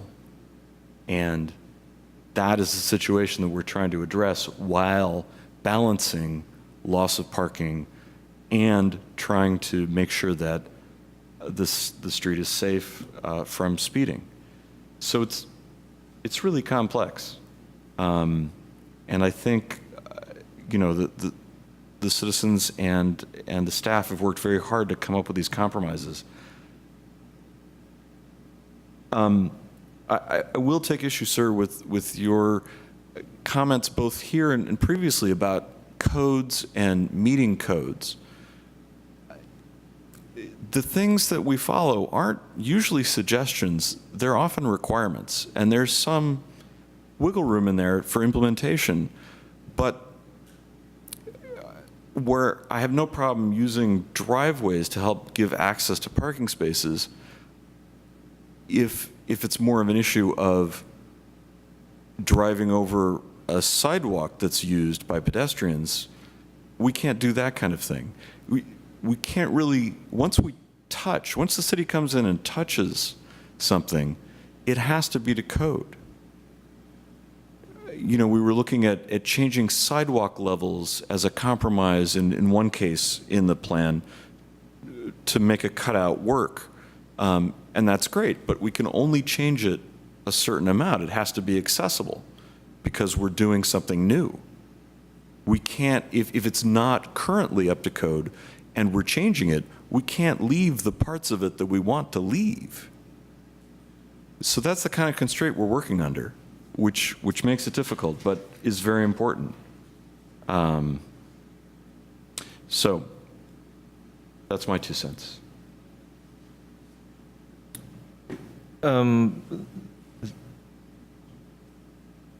It seems like there are certain things that we can still do that were originally programmed that could help with cut-through traffic and speeding along the corridor. And I think we should continue to pursue those. So and including the raised crosswalk at the Crescent. I think that's a good idea that won't be controversial, I don't think. The loss of on-street parking, given the narrow right-of-way, the loss of on-street parking and then the providing pedestrian access along the corridor, those are going to inherently conflict with each other. I don't think you can't get both and still have a road in the middle there to travel on. And so I think that's great that there was this cutout idea, and maybe we pursue that a little bit further just to understand the magnitude of what that is. I think it's going to be really expensive. I think to the point where I don't think we'll be able to raise the dollars to do that anytime soon. And also, I think in the process, we should, if parking is a valuable asset for this roadway, then maybe we can do more, unless it's already happened prior to me coming onto the commission, maybe we can do more of a more parking analysis as to what's available off-street in the garages, how many of those are feasible spaces, how many parking spaces are there being used now as de facto parking spaces on the sidewalk, how many parking spaces do you gain out of the cutout proposal, and then how many parking spaces would you have if you red curbed one side of the road? The one thing with red curbing one side of the road, I know that's quite controversial, but I'm wondering, how much parking spaces do you still retain? And also the fact that you're taking the cars off of the sidewalks, you still end up with a pretty narrow roadway, not as narrow as it is today, but by no means is it wide for two-way traffic. And then combining that with the speed reduction treatments, maybe that is a condition that's not as bad as we think it is. Well, the number of parking stalls reduced. I conducted that analysis in 2014. Okay. So with the red curves, but that was taken into consideration the extension bulb outs. So Got it. because the extension bulb outs will gain Reduce. 1 or 2 parking spaces if we do that, depending on how we do it at Gateview. Got it, because you just have more curb to work with, okay. Right. It was going to be either, at the time it was just a concept, but it was going to be like a detour trying to make the intersection of Gateview and Washington as a straight, more like straight 90-degree intersection. So it was going to gain a couple of parking spaces. And that's just without any engineering, just a conceptual plan, like a high-level plan, like a Google map type of extension. Of course, we do have driveways there, and the driveways are another challenge, but we have that calculation. Still, what we didn't do actually is find out if the garages could be used. There is a challenge with the driveways. Some of the driveways are very steep, and nobody can actually use them, even if the garage is available. It's very difficult to back out of the driveway, and particularly for people who are elderly or some kind of disability, it's a challenge. But we identified a number of driveways that are steep or either below grade or up above grade, above the street grade level. Or not even deep enough. Or not even deep enough that a car would actually hang out over the sidewalk. If there's an unusable driveway, is that an opportunity to create a new on-street parking space? Blocking the entrance to the driveway? That's a good, actually, but we will have to eliminate the driveway apron, because it's illegal to park in front of a driveway, even if it's your own driveway. And is there any soft way of, like, just putting in some material to connect the curb across the driveway to make it no longer be a driveway? Another thing that I have to say is that the fire department uses the driveway, and they might be able to maneuver if there is an emergency through them. So that's one thing. Well, and it gets more complicated too, because the one case I'm thinking of, they're actually, the resident commonly parks 2 cars perpendicular to the street. So if you eliminated their driveway that is substandard and their cars hang over the curb over on the sidewalk, if you converted that to 1 street space, then they're out of parking space. So I mean, Right. But that's not an unusable driveway. well, They're blocking the sidewalk. it blocks the sidewalk. Shallow drive. Yeah. I see. So it wouldn't be usable for legal parking, is what you're saying? Well, it is currently, they currently use it for parking. but not in a way that's legal. Right, because it's not enforced. Right. You know, this just goes to the complexity of the issues here. Yeah. And picking up on what Robert said, one of the things that I was looking for in our last meeting was I'm really interested in how, you know, a kind of a space-by-space addition of what the various proposals are going to cost versus what we gain in terms of number of spaces or disruption or reduced disruption in number of spaces. Because I think, you know, that's the pain level for the neighborhood. We want to decrease the pain level for walking and increase the safety. At the same time, we want to do that with the least pain for decreased parking and have in mind access, and so that it's a balancing act. I mean, at the beginning you said that you want to try to meet the goal that's at the top of the list without harming any of the goals that are farther down the list, but I don't think that's literally possible. Oh, I don't think it's literally completely possible, Yeah. but you want to mitigate that impact. Right. You want to harm the goals farther down the list as little as possible. Yes. And sitting here, I've thought of a couple of other things, if I can keep going. Okay. Francis is focused on reducing speed and calming, and he brought up some things that I didn't key into before, like pavement treatment. If we're going to be doing all this work tearing up the street, should we consider cobbles or some other treatment that really signals that you're in a different place? I understand that could be expensive, but, you know, would that make sense at intersections or somewhere? That kind of visceral rumble or change in pavement of some kind might help signal. And I, for one, am very in favor of the St. Catherine's Walk. I hope that we could... Not saint. I'm not sure where not that a comes saint from. yet. You know, I live around the corner from St. Albans, so that may be... I'm very in favor of Ms. Catherine's Walk, and I would love to see us commend that without hesitation to the City Council and get that underway as soon as possible. It seems like a first step in this area.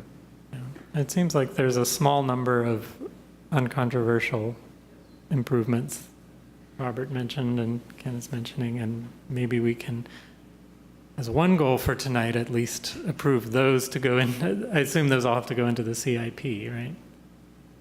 The speed bump. Probably Yeah. so. The dollar threshold for the CIP is 25,000. It might be a little bit less than that. The race cross? Yeah. Yeah. So we could do that out of, Or we could, yeah. if we have adequate operating budget. Okay.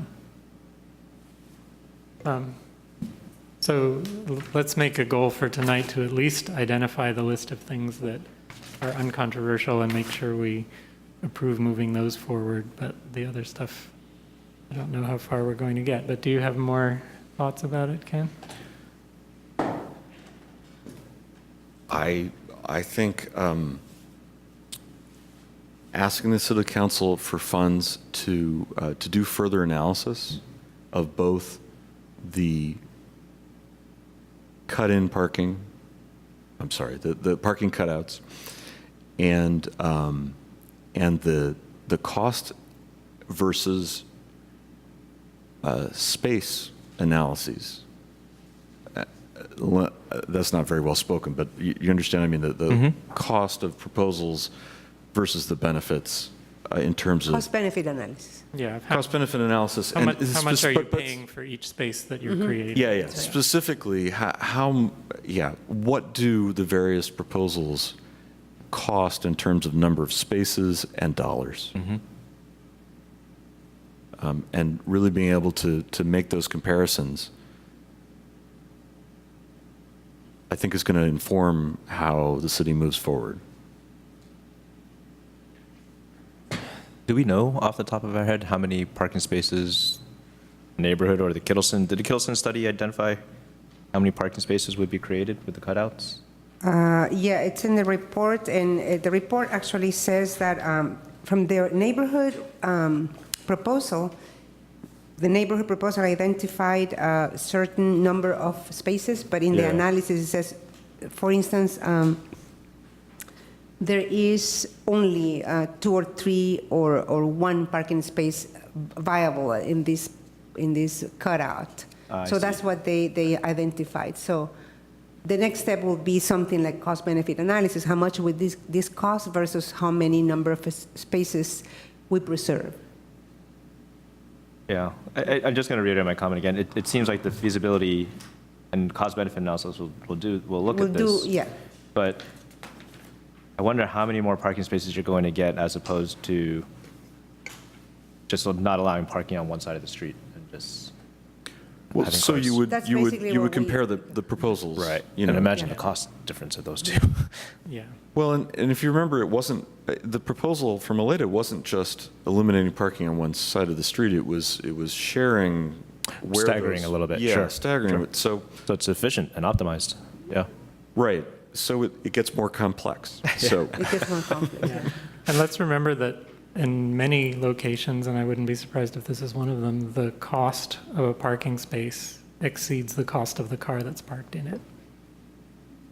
Exceeds the cost of what? Exceeds the cost of the car that's parked in it. Oh. So if a resident buys a car and places it on the street, there's 2 costs involved. One is the resident's out-of-pocket cost to buy the car. The other is the city's cost to provide space to park that car. And it may, in many cases, turns out that the city's cost is larger. And I don't dispute that. I think the number that's germane or the value that's germane in this argument is what's the value of that parking space to the residents and the city in general? that's true. Yeah, I mean, it may be that the value of having a car, the value of having a $15,000 car is actually $40,000. Exactly. You know, they could be driving a Tesla or they could be driving a VW Bug, you know, that they've kept going for 50 years. That's not the thing. It's the value of having the car nearby to their home. Yeah. So I have a list of thoughts if you guys have. You're probably going to cover these, but the residents' recommendations about the low-cost measures, we should explore more of that. There's a lot you can do these days with paint, signage. I don't know if we've ever looked into temporary speed bumps. Well, I just want to say something. There's a technical assessment of the speed humps on that block. First of all, there are 15-mile-per-hour signage and pavement markings on the hill. The hill is the one that has the restriction of 15 miles per hour. The flatter area should go back to default to the 25. The reason, I mean, one of the problems with the hill is that a van, for instance, cannot negotiate that hill at 15 miles per hour. I've tried it. I had to do 20, or my car would not go up. So the one, that's true. It is true. Did you try downshifting? Downshifting too, yeah. Yeah? I mean, actually going up. Going down is okay. I'm talking about going up. So one of the previous plan, the deviation at Gateview would provide a stop sign there if it's a curb extension. Yeah. And if it's a roundabout, will also help with the traffic calming aspect of it, more so the curb extension. So the curb extension was going to, okay, so there's a van or a pickup truck going up, stops, and then you have to accelerate again. Right there, your average speed decreases.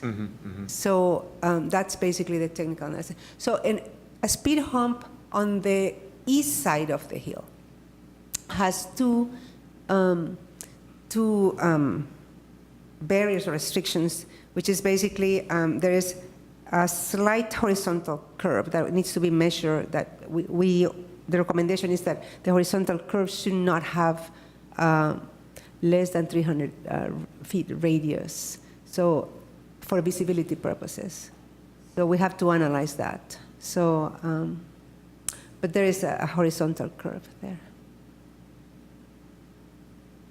In addition to a slight vertical, but I think the vertical is within the range. We do not recommend installing speed humps on higher than 8%. Mm-hmm. Yeah. Okay. But I think it's okay. The issue is the vertical curve, which is the turn. Okay. If you have a very short comment, go ahead. And then I am going to actually try to engage with some of what you guys said after that. Just checking on the speed bump, were you also looking at it between Cerrito and Polk, or just between Polk and Pierce? We, I think we took I don't remember exactly, but what I'm referring to is on the hill, because on the hill we discovered speeding with respect to the 15 mile per hour limitation. It's 15 all the way from several blocks down. I thought it was Polk, no? No, it goes 15 all the way down to Jackson and beyond. Well, in that case, then again, but you have a stop signs also at Polk, so that helps too. I just think the flat section. We can't actually hear you if you're not at the microphone. Sorry. I think the flat section between Cerrito and Polk would make a lot more sense for a speed bump, and I think that's where Michael was also referencing. Right. We will have to see what the horizontal radius is, the curve radius, just to determine that.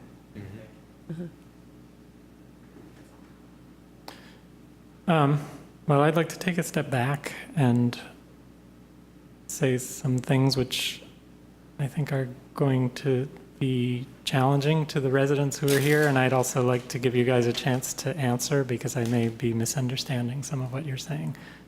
And I do think we start as a commission with trying to listen to the residents' concerns and the residents' ideas and try to make those work as much as possible.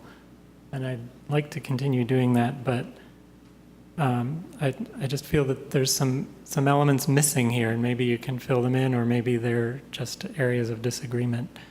I did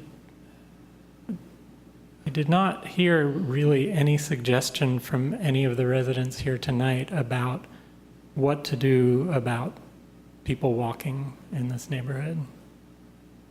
I heard suggestions that maybe we shouldn't change anything.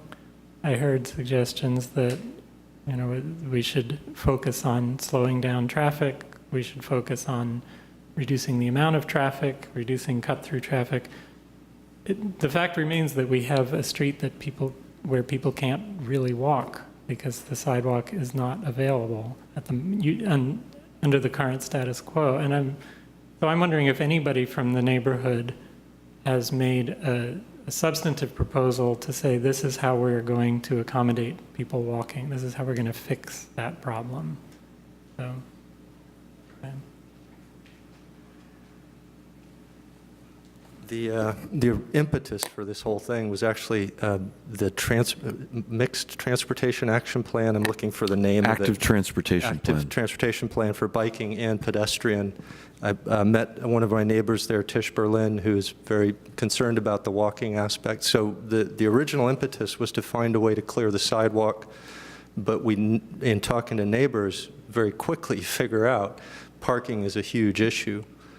So we want to have the ability to use the sidewalk, but taking into account all the complexities once you move the cars off the sidewalk. I do want to note that we were able to get the south sidewalk fairly clear for a period of about 6 months to a year voluntarily. We just talking to neighbors and people on the south side, we tried to encourage them to leave it as wide as possible. So one side of the street was quite walkable for quite some time, but after the things fell apart in 14, it's gotten back to, people are pretty much covering the sidewalk again. So I do think the neighborhood is concerned, a subset of the neighborhood more so, about pedestrian and bike access. But yeah, we didn't touch on it much today, but it definitely has been a theme. Okay. So would you say that the neighborhood's preference, insofar as you're representing the neighborhood here, would be to go back to the way it was in those couple of years or whatever period of time it was that people were more careful about the way they parked on the sidewalk, so that it was not actually legal, but it was at least practical. I'd say at the time, yes. I wouldn't claim to represent the consensus today, though. I've been less involved in the last year to 18 months, so I Okay. can't speak for the whole group. Okay, well, that's at least helpful to know what at least some people have in mind as a solution, because it's... That was a neighborhood campaign? That was you? Right. No, it was through the commission, I think. We worked together. Yeah, we and- worked together, and the cars will park on the sidewalk on one side, but park on the street and leave the east side. I mean, The south side. The south side. We were I'm trying to sorry. focus on the south side, yeah. Because it was going to be the walking path. Got it. For a time that worked, but as you said, yeah, It's people regressed. forgot about that. Yeah. I'll mention one other factor that I think is important. The sidewalks on Washington, nowhere do they meet 48 inches. They get as narrow as about 31, and I think the widest was about 42.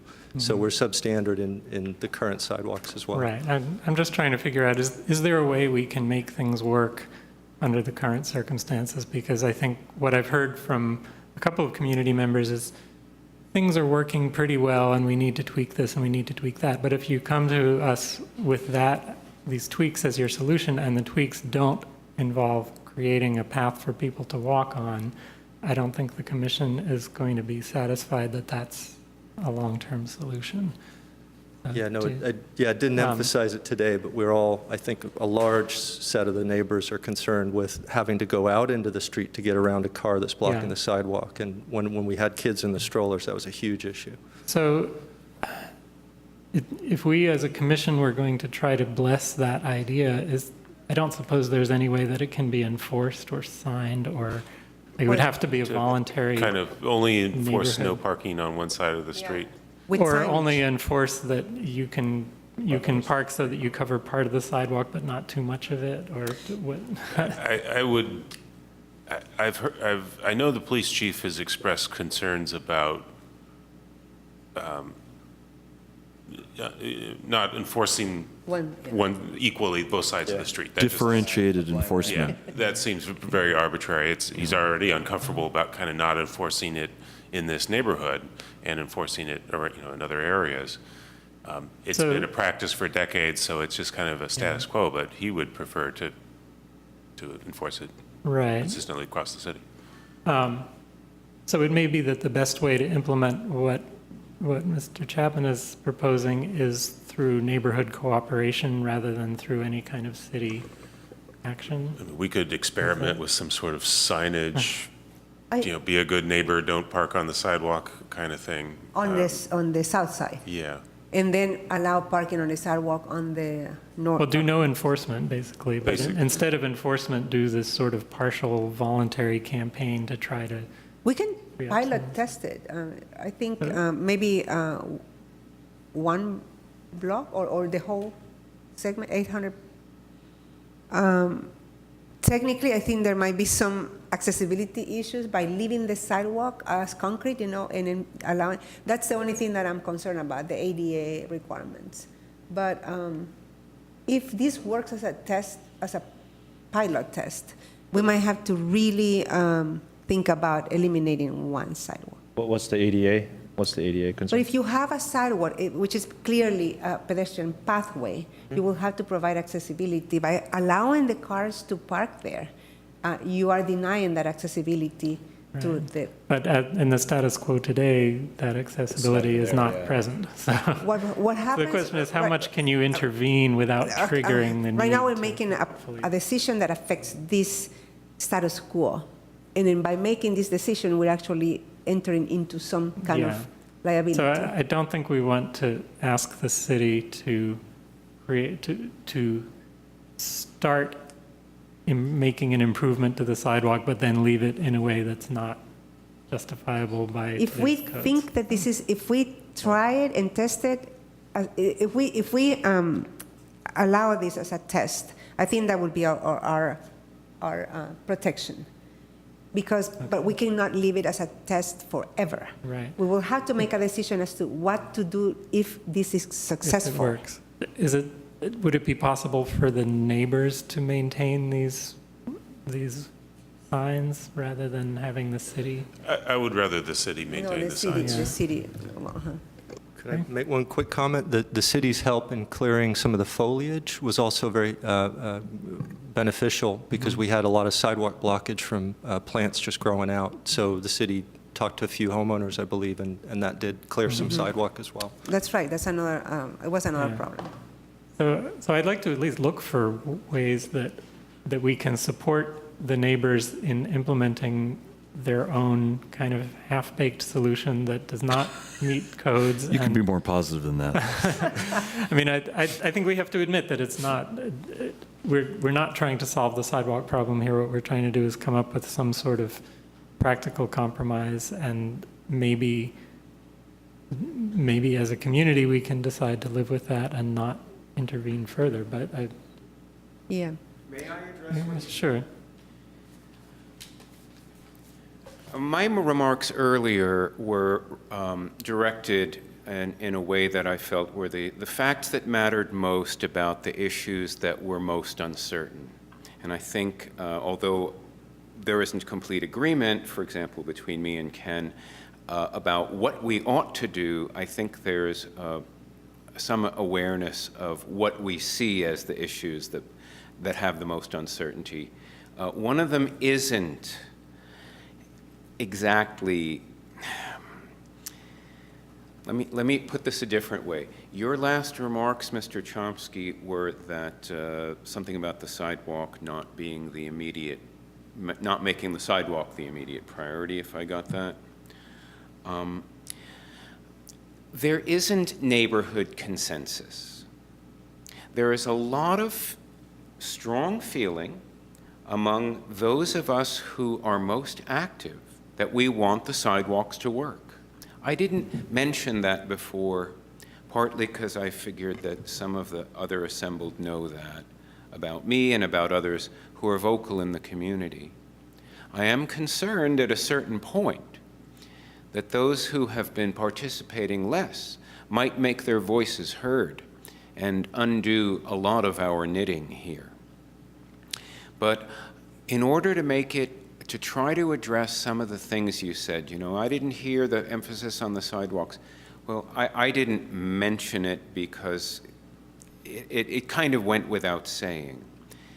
Those of us who are active in the matter, it kind of does go without saying. We want to be able to walk to Catherine's Walk. We want to be able to walk up the hill and not have to walk into the street to do that. Yeah, I mean, what I meant to say was that I didn't hear it in the proposals or the recommendations from the neighbors. I wasn't hearing recommendations for how to address the sidewalk problem. Well, the carve-outs are the way to address it.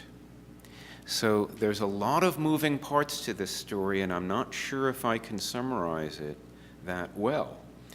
But if we want our sidewalks, we can get rid of all the parking. But then there'll be speeding. So we shouldn't get rid of all the parking. But it's not to code. Well, it'll never be to code. But maybe it'll be closer if we do this. And maybe we can clear the sidewalks, get some parking, slow down the traffic. Yes, maybe we can. We won't have as many spaces. Now, that brings me to something else you said about, and something Mr. Del Rosario said about the number of spaces. There isn't consensus about the number of spaces that exist. Because what I count are legal non-conforming spaces. The city's not counting those. You know, on my way home, not on Washington, but on Polk, I guess it is, there's a car that parks between the telephone pole and the guy wire that holds the pole from falling down the hill. It's I don't know how they accomplish it. It's kind of miraculous. It's definitely non-compliant, but it is legal.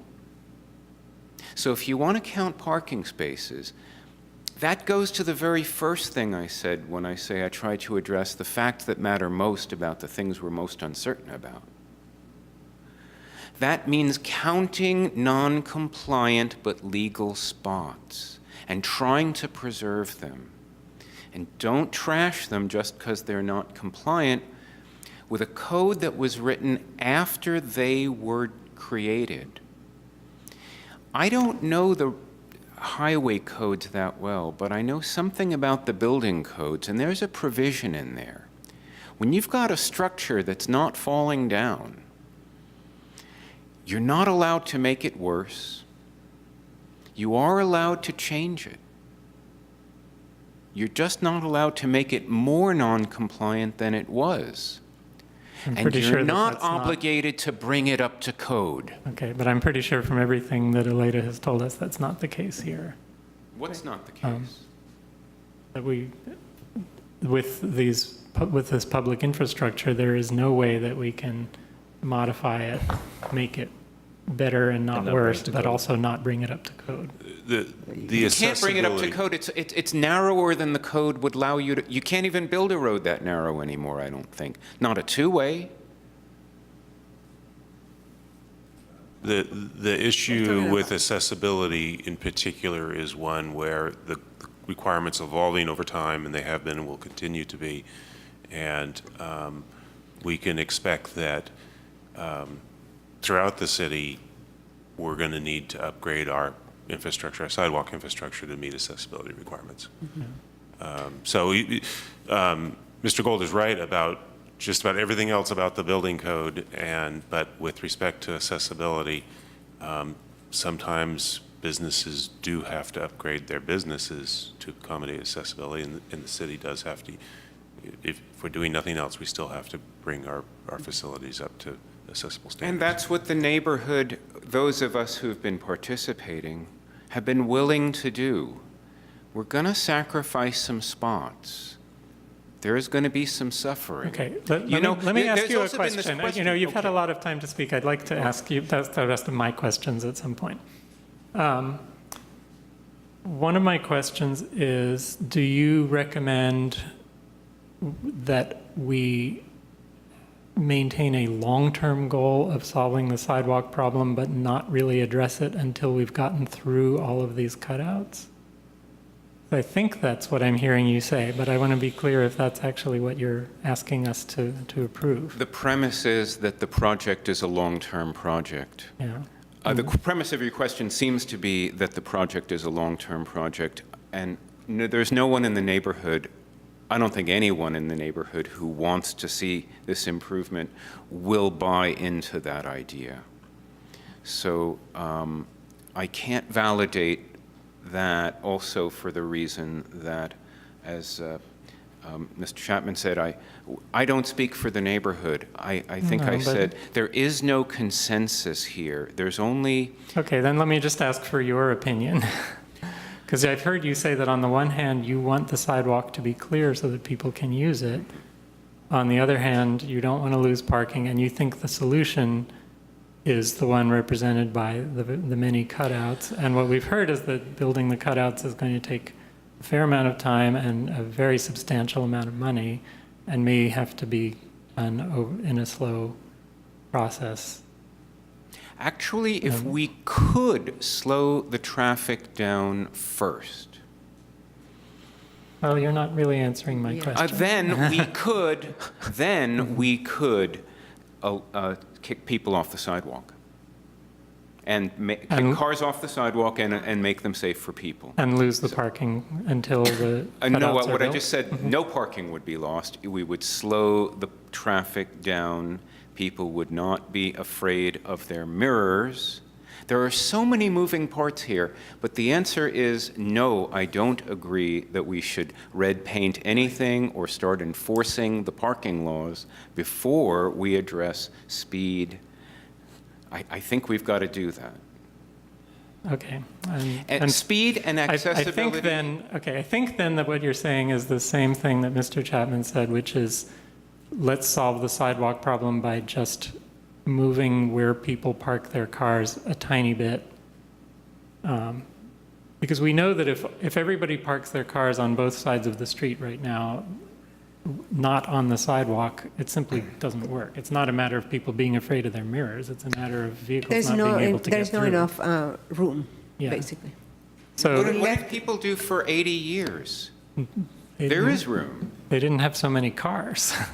That's what we heard from our most senior resident. Well, you have here. 22 feet of right-of-way, and if you have cars parked at 7 feet on each side, you are left only with 18 feet of effective right-of-way for travel. And let's say Less. that maybe near intersections, you have 9 or 10, because Yeah. so. I wish I could respond to and give you the simple answer.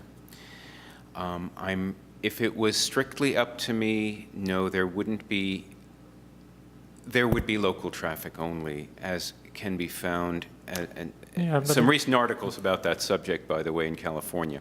But I know that that's not feasible, so I don't really want to emphasize what it would be if it was up to me. I think the residents, if we start kicking out parking spots, the ones who haven't been speaking up will start to speak I up. think I've got the answer to that particular question. So I do have some other things I wanted to bring up about the public comment, and I do want to give you a chance to answer again after I suggest this. So I want to take up this issue of legal but non-compliant parking. Does that term actually mean something, and does it make sense to you? Well, legal but not compliant. It could work right now if we don't touch the street, but the moment we do something to address the issues, then it will be. So what's an example of parking that's legal but non-compliant? For instance, a parking that is less than 18 feet in length. What we're considering a parking space there, when we were measuring, is about 18 feet. It is more of a common practice for us to think that 15 feet also could accommodate parking. Okay, so it's about the length of curb needed per car. Yeah. And maybe you can fit more cars in than, but if we're not marking the spaces with T symbols, We're not then, marking it. then why does it matter if we say, I mean, if we say by code, there's only 2 parking spaces on this section of curb, but in practice, people can fit 3. Right. That doesn't pose any If we problem, mark right? the parking spaces with T, we have to do it at 20 feet. But we which don't- is- we're not But we're talking not doing about it, doing that. so that we're assuming that cars that are, small cars like smart cars and are way smaller than a regular sedan. Motorcycles. But no, motorcycles are different. But then cars actually could fit, more cars could fit in that So I space. think then that nothing we've considered doing tonight interferes with residents' ability to use parking spaces in a legal but non-compliant way. I don't think, when we do parking surveys, we look at how it's really being used. It's not like we measure something. If we see 3 cars parked someplace That's 3 reasonably parking parked, then it's 3 parking spaces. And if That's not it's- illegal. Yeah. It's, if they squeeze them in, good for them. So the residents' concern that we were going to eliminate legal but non-compliant parking may be, it's not really an issue that we have to worry about. And as long as the parking is there, residents are welcome to use it in whatever way they like. But if you meant something it else by doesn't- legal but non-compliant parking, that's what I'd like to hear. There are remarks in the handout to the effect that this is impossible because of that, and that's impossible because of the other. We've already addressed ideas about rolled curbs, entering the spots, using people's driveways. Some of the remarks in the handout that Kittleson prepared with the "it's not ideal" attitude. And it's not only length of parking spots. Another example was the one that's in the intersection. Once again, if I have to remark every time something's not ideal, I I'll never understand the get principle. home. But it matters if you count the spots before and after. My complaint wasn't that you're going to get rid of them only. My complaint is that you don't necessarily, when it's to your advantage, you don't count them. And it's going to be to your advantage to count before and after without regard to length requirements or positional requirements either, that in fact are not an impairment for the spot. I think we've heard from staff that we are in agreement with that idea and we're on board. So I don't think we need to worry about that anymore. Please tell Kittleson Well, Kittleson Can is I not. interject a little Okay. bit? No designer with a license will actually design or sign a plan that is not compliant. I mean, the road curves are something that can be done, but accessing a cutout by a driveway is not. So So we can't actually build. we cannot commit a licensed professional to something. If I may, just, I think the question that we're addressing first is the issue of parking surveys, and we're going to be as realistic about it as possible. We're not going to arbitrarily add or subtract because of an engineering standard. Right. When it comes to actually designing it, yes, there are issues that we have to make sure that we're either complying with an engineering standard or we're giving written direction to the designer to waive that engineering standard.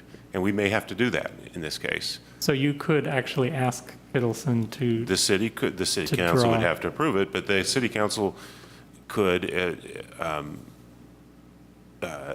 decide to take the liability risk of waiving an engineering standard. Okay. They almost certainly will on this project in one way or the other. Maybe we have to decide which one to do. But yes, that's something that we could do. But we have to be very explicit about it. Yeah. And say to the designer, don't Yeah, worry about using. You can't just ignore it and hope nobody notices. Yeah, and nobody would want us to do that. Yeah.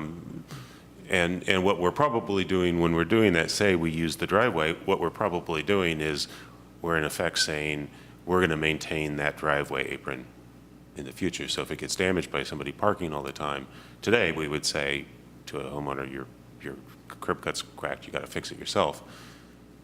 In the future, we're fixing it.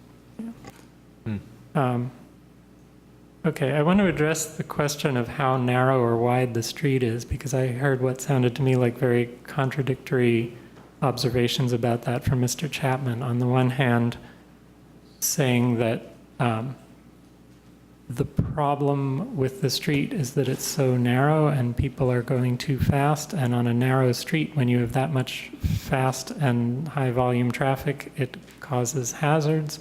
On the other hand, anything we might do to widen the available portion of the street, Mr. Chapman said would be a problem because it would encourage people to go faster. And I can't quite understand both of those at the same time. So Sure. Yeah, no, there's, refer back to the speed surveys that were taken. The 85th percentile was 23.7, I believe, 24 miles an hour on the first one, right around 22 on the second. And I think those pneumatic tubes were done just over the crest, Aleda, near Gateview. I'm not quite sure. Yeah. So that's just over the crest, where people are coming over a blind crest or approaching it, so depending on which direction they're on. And it's on the steepest section of Washington on the west side. It's right where the road pinches down to about 22 feet. It gets out to about 24 at its widest. Between Cerrito and Polk, it's mostly 24. And I'd say that's probably where most of the speeding happens because it's flat and you can see, that whole stretch, you can see the whole block. Then the short section coming up to the crest from the hillside towards the water, there's a lot of red striping there. And so you get the full width of the road, full 22 feet. And people accelerate like they want to launch off the top. And it's the same on the other side, right? It's red striped on both sides because you can't have cars right over the crest. And so even though the road there is 23, 24, not sure, it's the full lane. And so people accelerate over that crest, not just to get up the hill, but more so than necessary.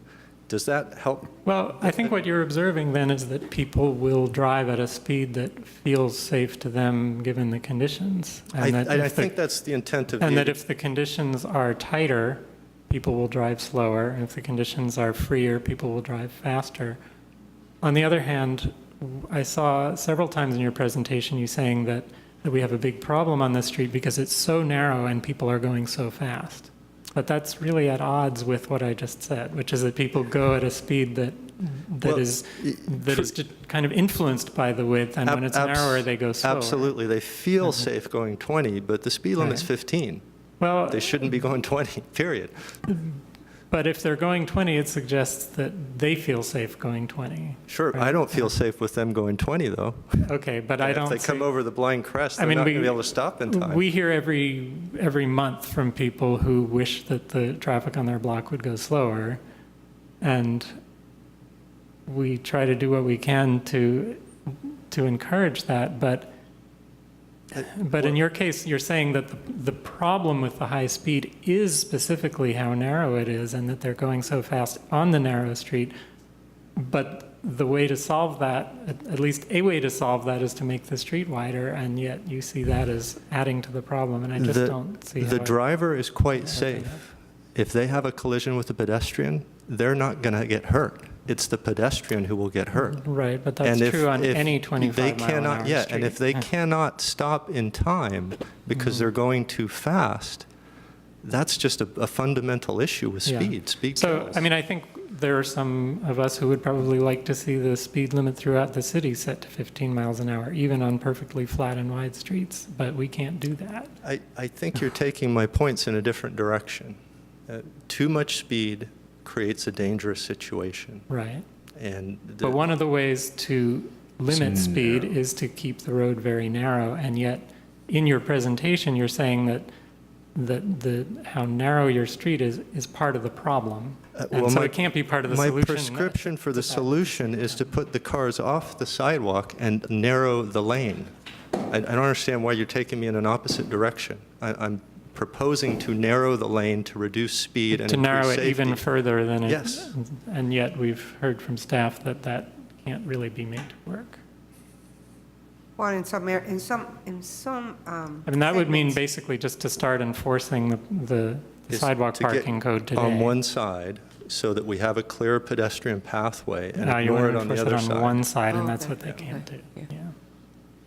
Okay, well, we have then a number of, I mean, so if we enforced, if we took what was happening today and changed it by enforcing the parking on sidewalk requirement on one side, I know we can't do that, but if we hypothetically did that, it would make the effective width of the street narrower.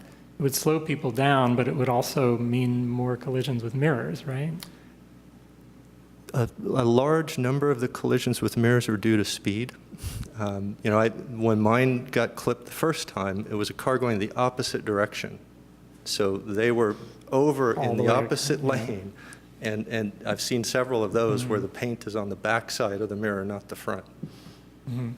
So and it happens overnight a lot of the times, and that's drunk Well, drivers. I guess the only way I can put it all together is to say that no matter what the width conditions of the street are, people will drive in a way that feels too fast to the people who live there and who are walking there and who've parked their cars there. And I just don't see that changing the width to make it wider or narrower is going to affect that dynamic. No matter what width it's at, you're going to complain that and not you, but everybody in Albany, and on every block of every street in Albany is going to complain that people are going too fast for the conditions. And I think that at some point that stops being a special feature of Washington Avenue and just becomes I would part of argue- the unfortunate thing. I would argue where Solano is 40 feet wide with a 15-mile-an-hour speed limit, you may have a point. But where the street's 22 feet wide, I don't think the speed limit is excessively low. Harry, I kind of get where you're coming from. I think the sort of the minor changes in the width of the street are probably less important than more major changes in width of the street. For example, the red curbing, or one side red curbing, even if it switches sides, is going to pretty drastically increase the width of the street, and that absolutely should increase the speed of the traffic just because people will feel more comfortable going faster. The kind of minor changes in width of the street that we're talking about with, this idea that is not a real proposal at this point to try and get people to park off one sidewalk. That to me is a more minor change in the width of the street, and I don't think it would have a major impact on speed of motorists.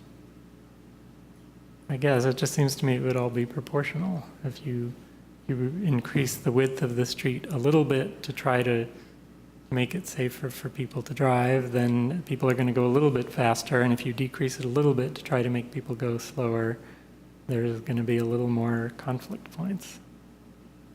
Maybe. So, Maybe that's a question we can ask going forward. yeah. I don't think we're going to resolve it tonight. Okay.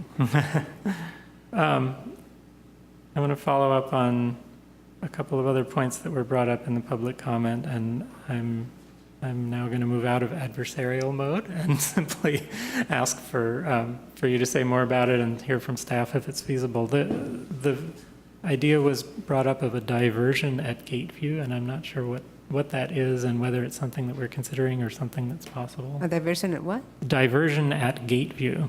Oh, yeah. Oh, okay. That was the original proposal. The original proposal was to have bulb outs at, or bulb outs at Gateview in Washington. That actually will. So would it actually block traffic going on a certain path? Yeah, or because just instead slow of down? going straight, you will have some curve, stop, and then go around. Oh, so you can still drive the same route that you could before. It's just that you have Yeah. to stop and It's just make a basically we'll 90-degree make- turn instead Yeah. of That was the angling original it. idea. Okay. So And is that basically- something that we're still considering? Because it sounded like that was something that the residents favored.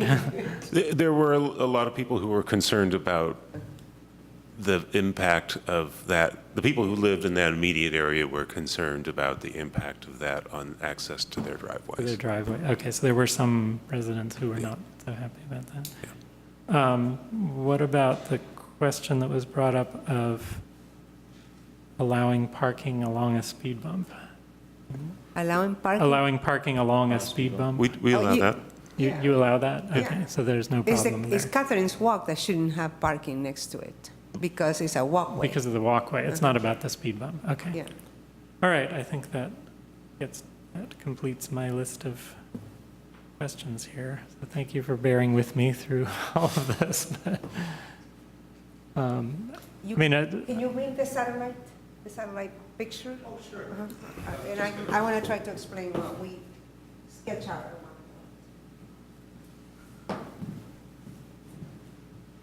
I'm working on an amendment. It's going to take me a few minutes anyway. okay, So. good. But this is basically us.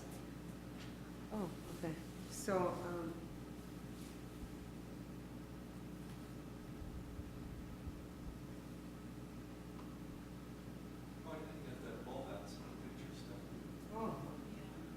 Oh, yeah. yeah. So there are some here. So in this area, there was at one point a proposal to actually bring. Aleda, will you use the microphone, please? Oh, that's right. I'm sorry. I forgot. So in this area, there was, and I'm going to go with the pointer here. Yeah. There was a proposal to actually have a bulb out around here. See where the, Yeah. and then have a stop sign, and stop signs here. So this is a three-way stop intersection. So cars would be climbing the hill here, maybe but they have to stop and then continue on this side here.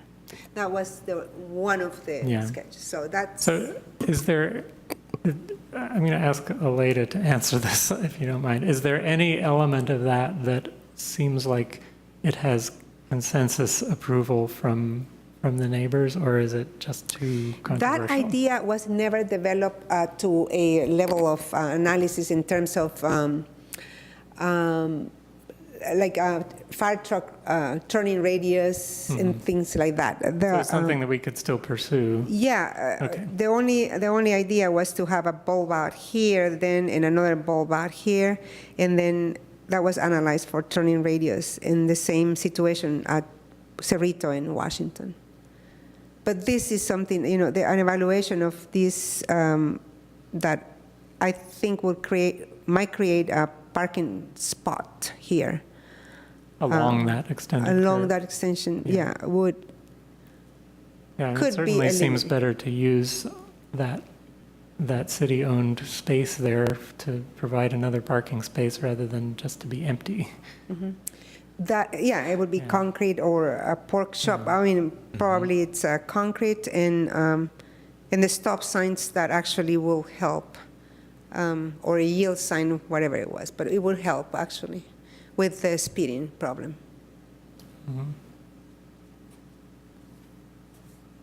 Okay, I see Ken's pen is still moving furiously, but when it slows down, I will ask him to read what he's come up with. I didn't have the information.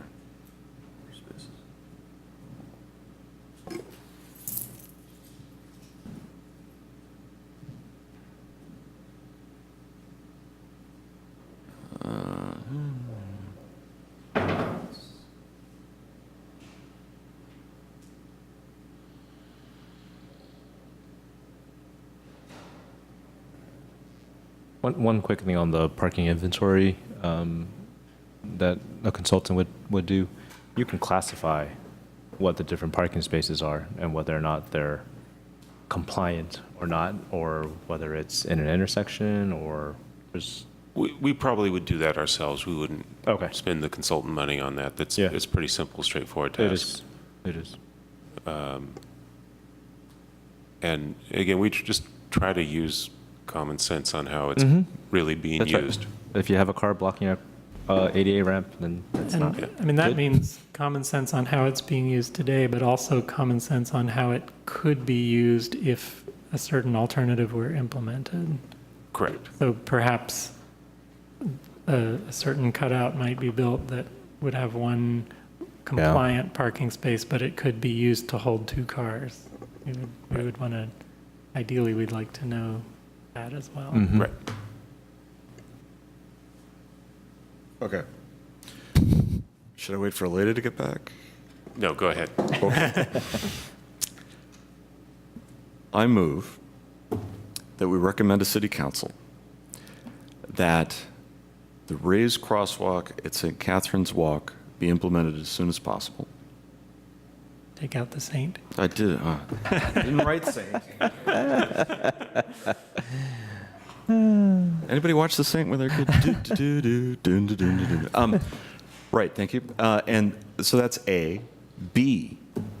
Ask staff to amend the Washington Avenue traffic calming proposal capital improvement plan funding level to fund 35% design of the parking turnouts, including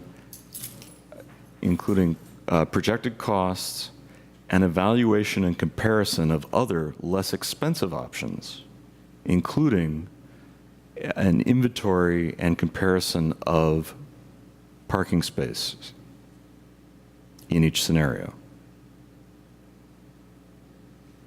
C, we recommend holding off on further red striping, and enforcing curb parking for the time being. What about the idea of the organically born shifting the cars off of the south The side? voluntary Yeah. community process to, That I think will be supported by staff in some way. Right? maybe that doesn't need to go in the motion because I it don't know. doesn't involve any investment. Is that correct?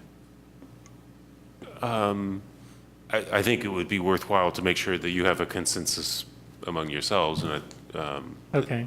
but there'd be some nominal cost. We would want to do the signage probably, figure out how to sign that and put the signs up. That would be about it. It seems like if there's staff involvement, that we should call it out. Okay. Do you feel comfortable? I don't object to that. adding that to your I think it's worth motion? exploring. So that's D. Well, I would change the order, but Okay. I Well, would do say. you want to reframe the motion with that included? How about I just change C Okay. to say,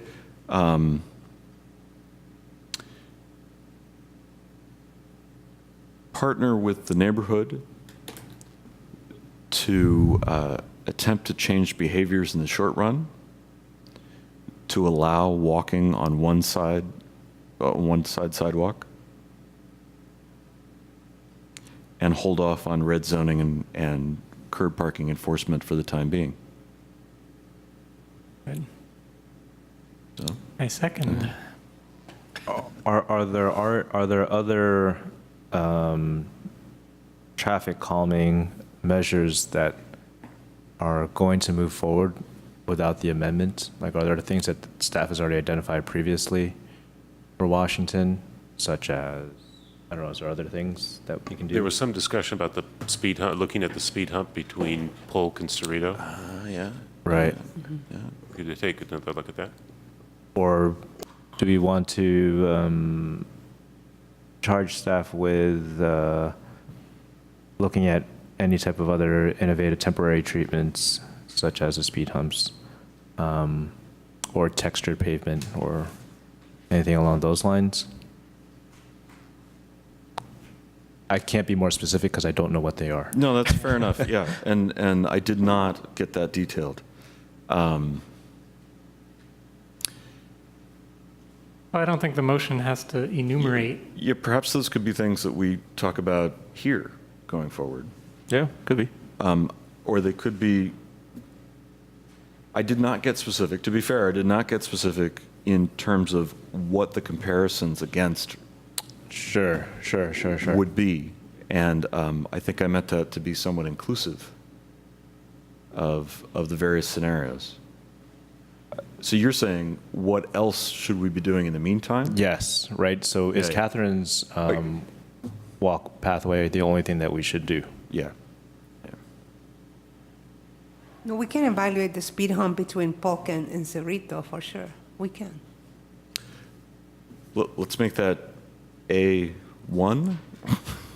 I'm just going in order of kind of what happens. I didn't hear what A was, but I mean. A was recommend the city council that the raised crosswalk at Catherine's Walk be implemented as soon as possible. And then you can add and evaluate the possibility of implementing a speed hump or speed humps between Polk and Cerrito. What she said. Yeah. I don't know what I said. We all heard you. Evaluate implementing speed humps between Polk and Cerrito? Mm-hmm. Yeah.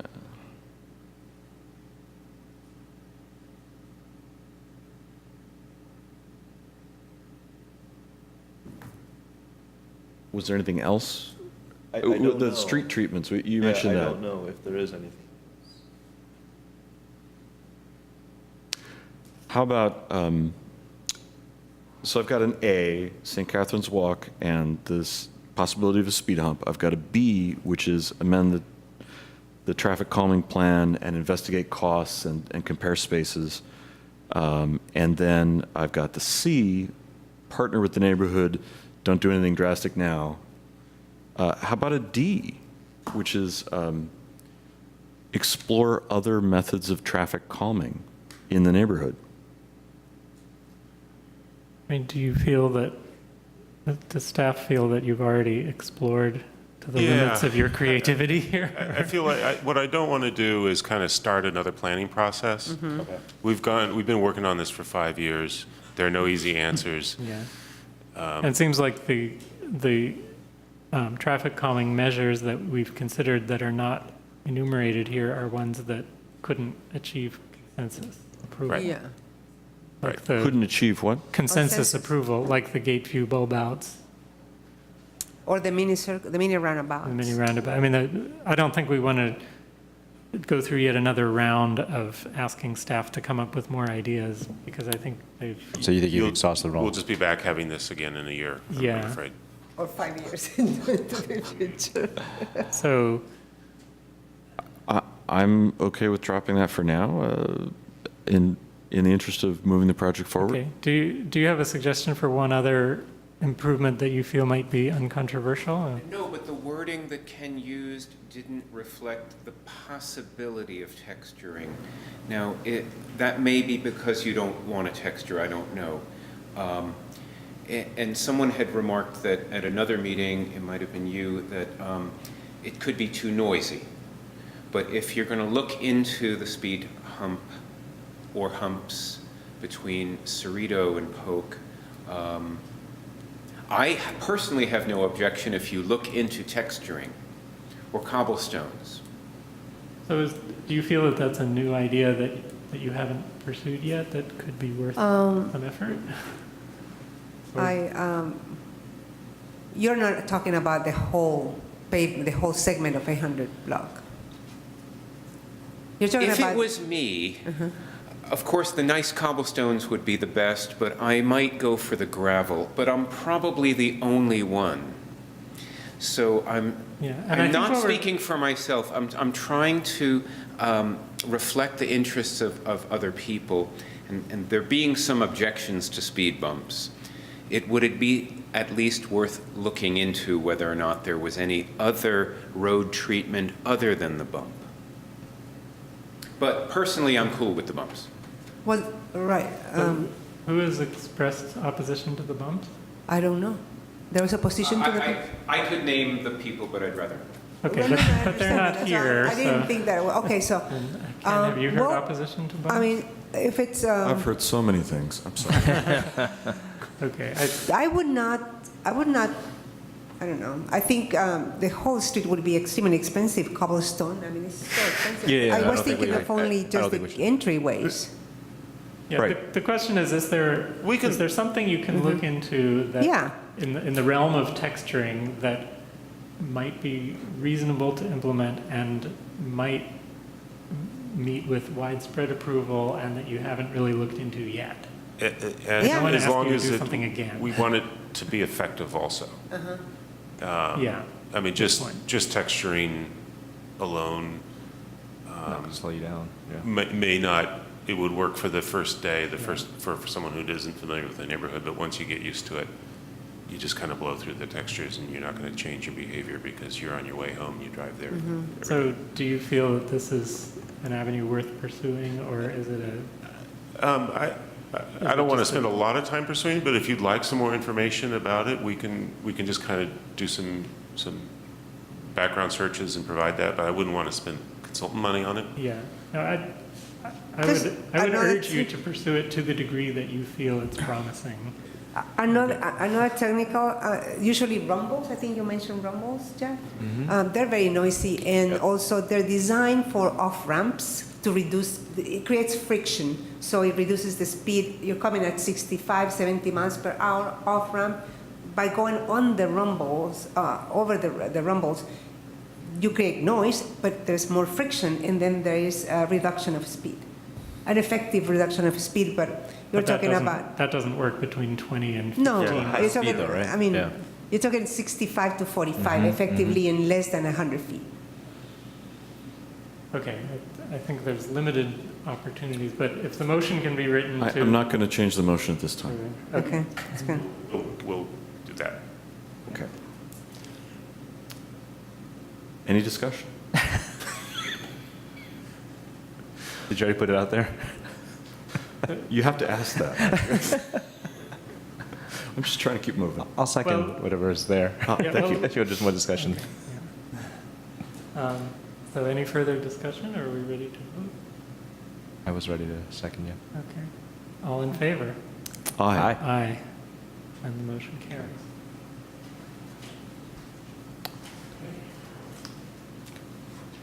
Thank you all for... Thank you, guys. I'll be happy to bearing with us. compare notes later to make sure you didn't miss anything that I said. Watch the video 2 or 3 times. Yeah. Yeah. Okay, we move on to agenda item 6.3. Does anybody need a 2-minute break, or are we okay to move on? 6.3, proposed policy for restrictions on street parking near intersections. So at your last meeting, we had a good substantive lengthy discussion about these guidelines. You had some comments, and we've tried to edit the guidelines to capture your comments. We didn't attempt to make any other changes other than to reflect your comments. So if there's something that isn't what you meant, or we just misunderstood you.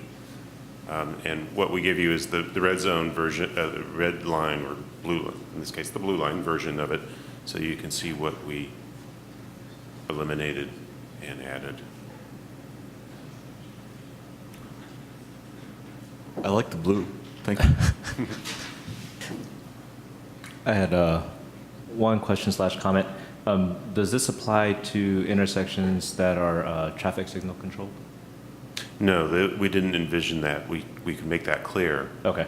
In those cases, well, it might be warrant, it might be a good idea, but I was thinking no, that it wouldn't. it probably we should probably look at those intersections. Yeah, there's on a so few one-by-one, of them, yeah. we should just look at them Right. individually.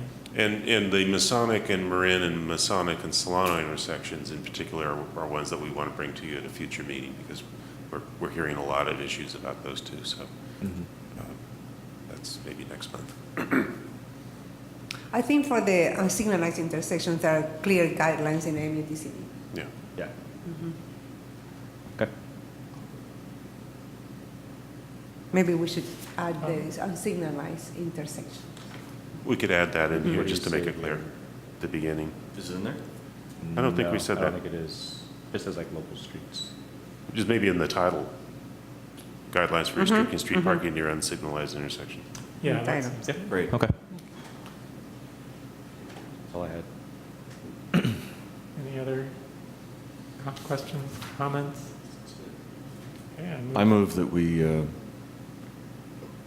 what are we doing with this? Are we? I think Yeah. what we're asking is you recommend the council approve this. I think this is something that's warrants city council approval. Yeah. The one other thing that we talked briefly about that I still need to do a little research on is whether there needs to be an ordinance to allow the police department to enforce these zones, whether they can be enforced, a guideline can be enforced or not.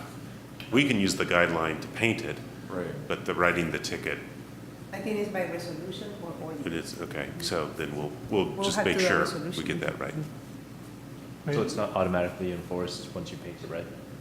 If someone were to challenge the parking ticket, Yeah. Got it. Yeah. they could say, oh, it's not a city, Yeah. formal city regulation. Yeah, the vehicle code actually advises to have ordinance or regulation in order to be defensible. But is that true of all red zones in the city, or these new ones in particular? It is right now because we are proposing a distance of red zones. Yes, it is. It is right now. I mean, we have to have. I don't quite follow. If the city paints a red curb anywhere, isn't that automatically a no parking zone that's enforceable? Yeah, it is. But as Jeff said, if somebody might challenge that. I mean, Right, but If it's not supported. painted red, how can someone, well, what this would is be the justification for challenging? well. That we don't have the Yeah. legal authority, And right now, underlying legal authority. yeah. That the challenge would be that the city painted it red. Or a neighbor. Illegitimately. Yeah. But in this case, what we're addressing is the intersection visibility issue. And I think that's where we have to really be careful about the ordinance or resolution. It is because an intersection it involves visibility and pedestrian and traffic safety. Okay, I move that we recommend the city council resolve to adopt the guidelines for restricting street parking near unsignalized intersections with the goal of improving safety in Albany. Yeah, I'll second that. all in favor? Aye. Aye, and the motion carries.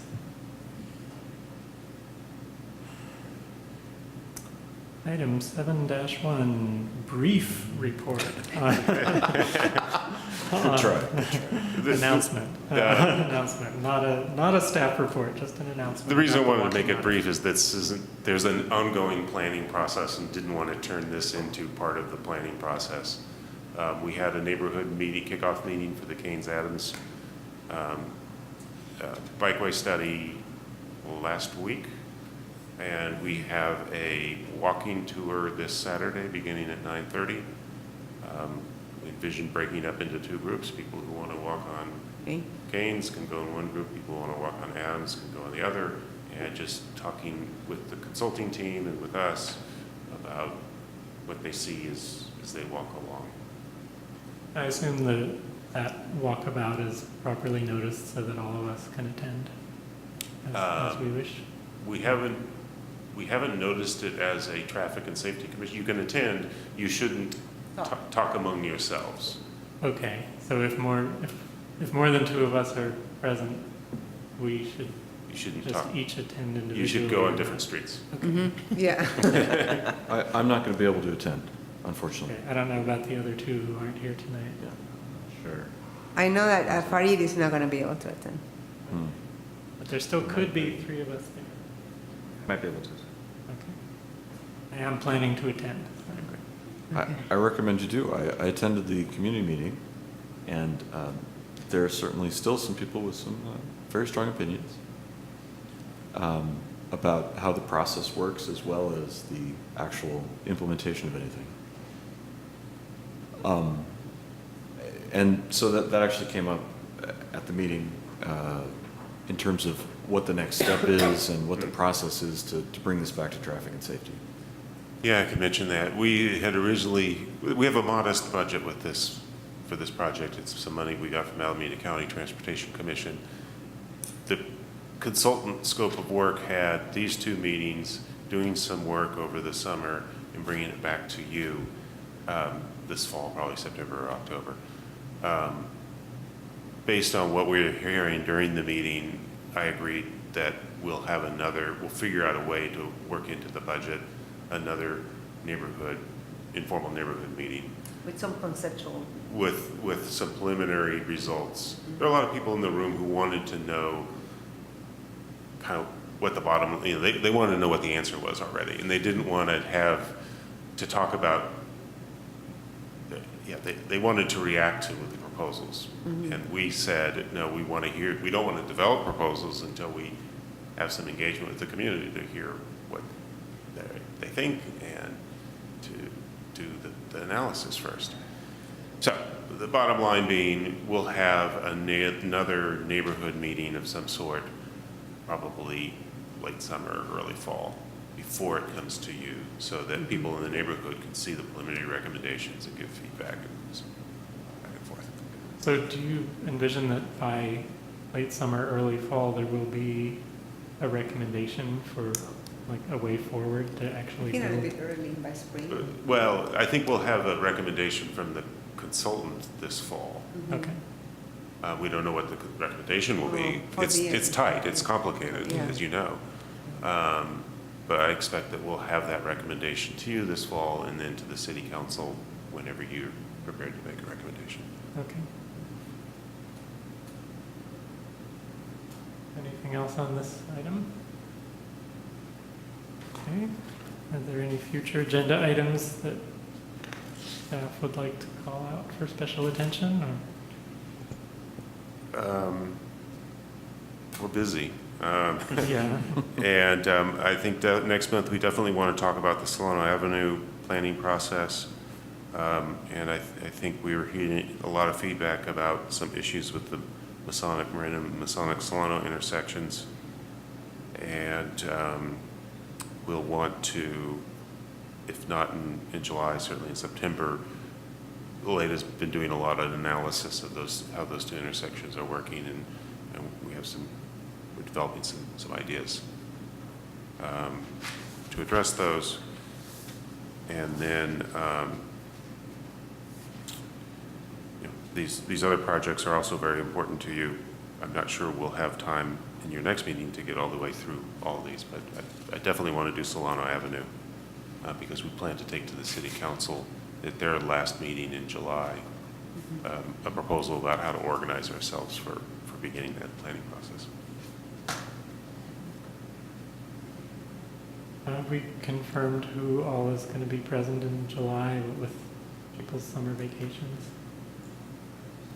I don't think we've talked What's about the that. date? Mm-hmm. I'll be here. The 27th. 27th? Mm-hmm. I should be here. Okay. All right. Then we should be fine. Anybody else have anything they would like to add? I think Farid and Susan will be here. That's what they said. I don't know. Perhaps I should have brought this up at public comment, but just from a safety standpoint, I want to let you know bicycle helmets work. I was involved recently in a single vehicle bicycle accident where I managed to get myself off my bike and onto the pavement on San Pablo. And I hit the side of my head, but I was wearing a properly fitted helmet. And I had a slight headache, but definitely not a concussion. And I had some scrapes, but I replaced my helmet for $30 at Target and was on my bike the next day. And if I had not been wearing the helmet, I don't think that would have happened. Well, glad you're all right. Lots of people have had much worse accidents than me. I'm just thankful that mine was as How did it minimal. happen? The car hit you or how? No. I did something stupid. I had an object on my handlebars, and I've carried it that way for some time, but because I was on San Pablo and I was moving faster than I usually move, my knee hit it, and that caused the handlebars to turn quickly. Oh. And the next thing I knew, I was bouncing off the asphalt. Because I studied how to cycle and I'm a cycling instructor, I was placed well in the lane that I was in. I was communicating with the cars around me already who were looking to change lanes. So there was space for me to fall off and not go under a car. And the cars around me were already watching me and were able to slow down and stop. Oh, thank So everything came together for a great result for me, except for some scrapes and bumps, and Wow. I'm very thankful. Wow. You can't choose when you're going to have an accident Right. or a collision, I should say. And but you can wear a helmet all the time and mitigate the damage. So just thought I'd share that. Yeah. Wow. If I can add just on some lighter news, it looks like the park light in front of Hal's office was completely funded through the Kickstarter fund. So they raised their $20,000, I think like $20,500. So they just made it over. So it looks like that's the big hurdle for the owner at least to proceed. So that's pretty exciting. How about the cycle track on San Pablo? Good. It looks like the asphalt was poured. The asphalt and sidewalks are now in, they're not striped yet. And the signals are not operational yet, but they will be in a week or two. But yes, the cycle track in front of the grocery store, in front of the senior housing is done. There's one little segment of sidewalk right at the city limit with Berkeley over Cordonices Creek where there is some damage to the culvert. It turns out the sidewalk, the slab of sidewalk was the top of the culvert.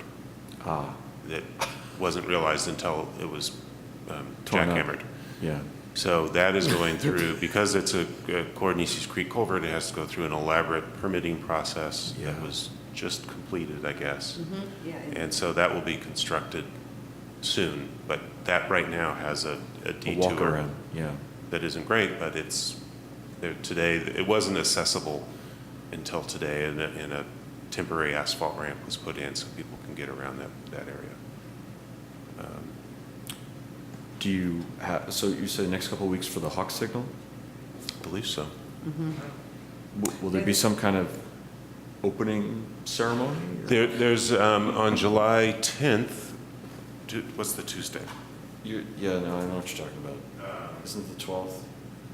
On July 11th. Oh, okay.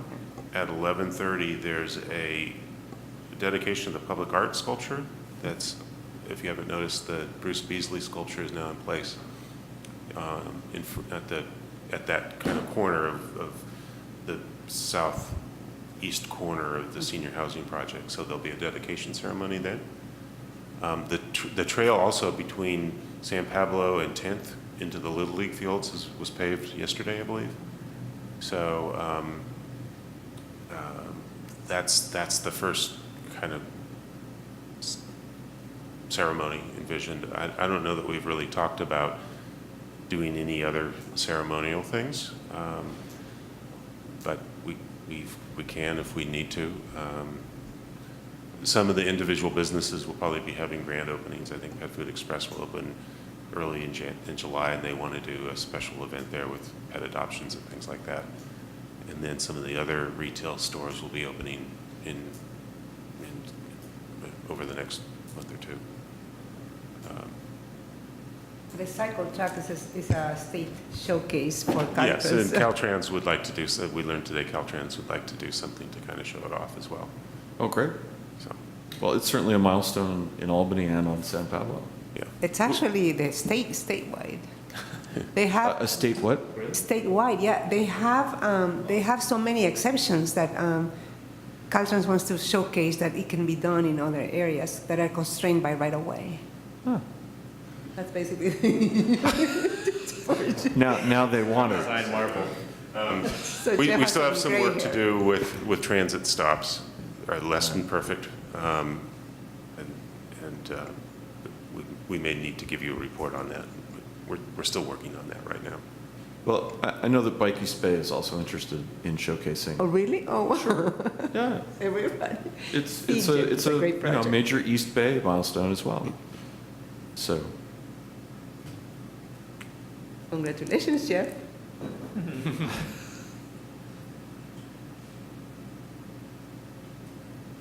Okay, I think meeting adjourned.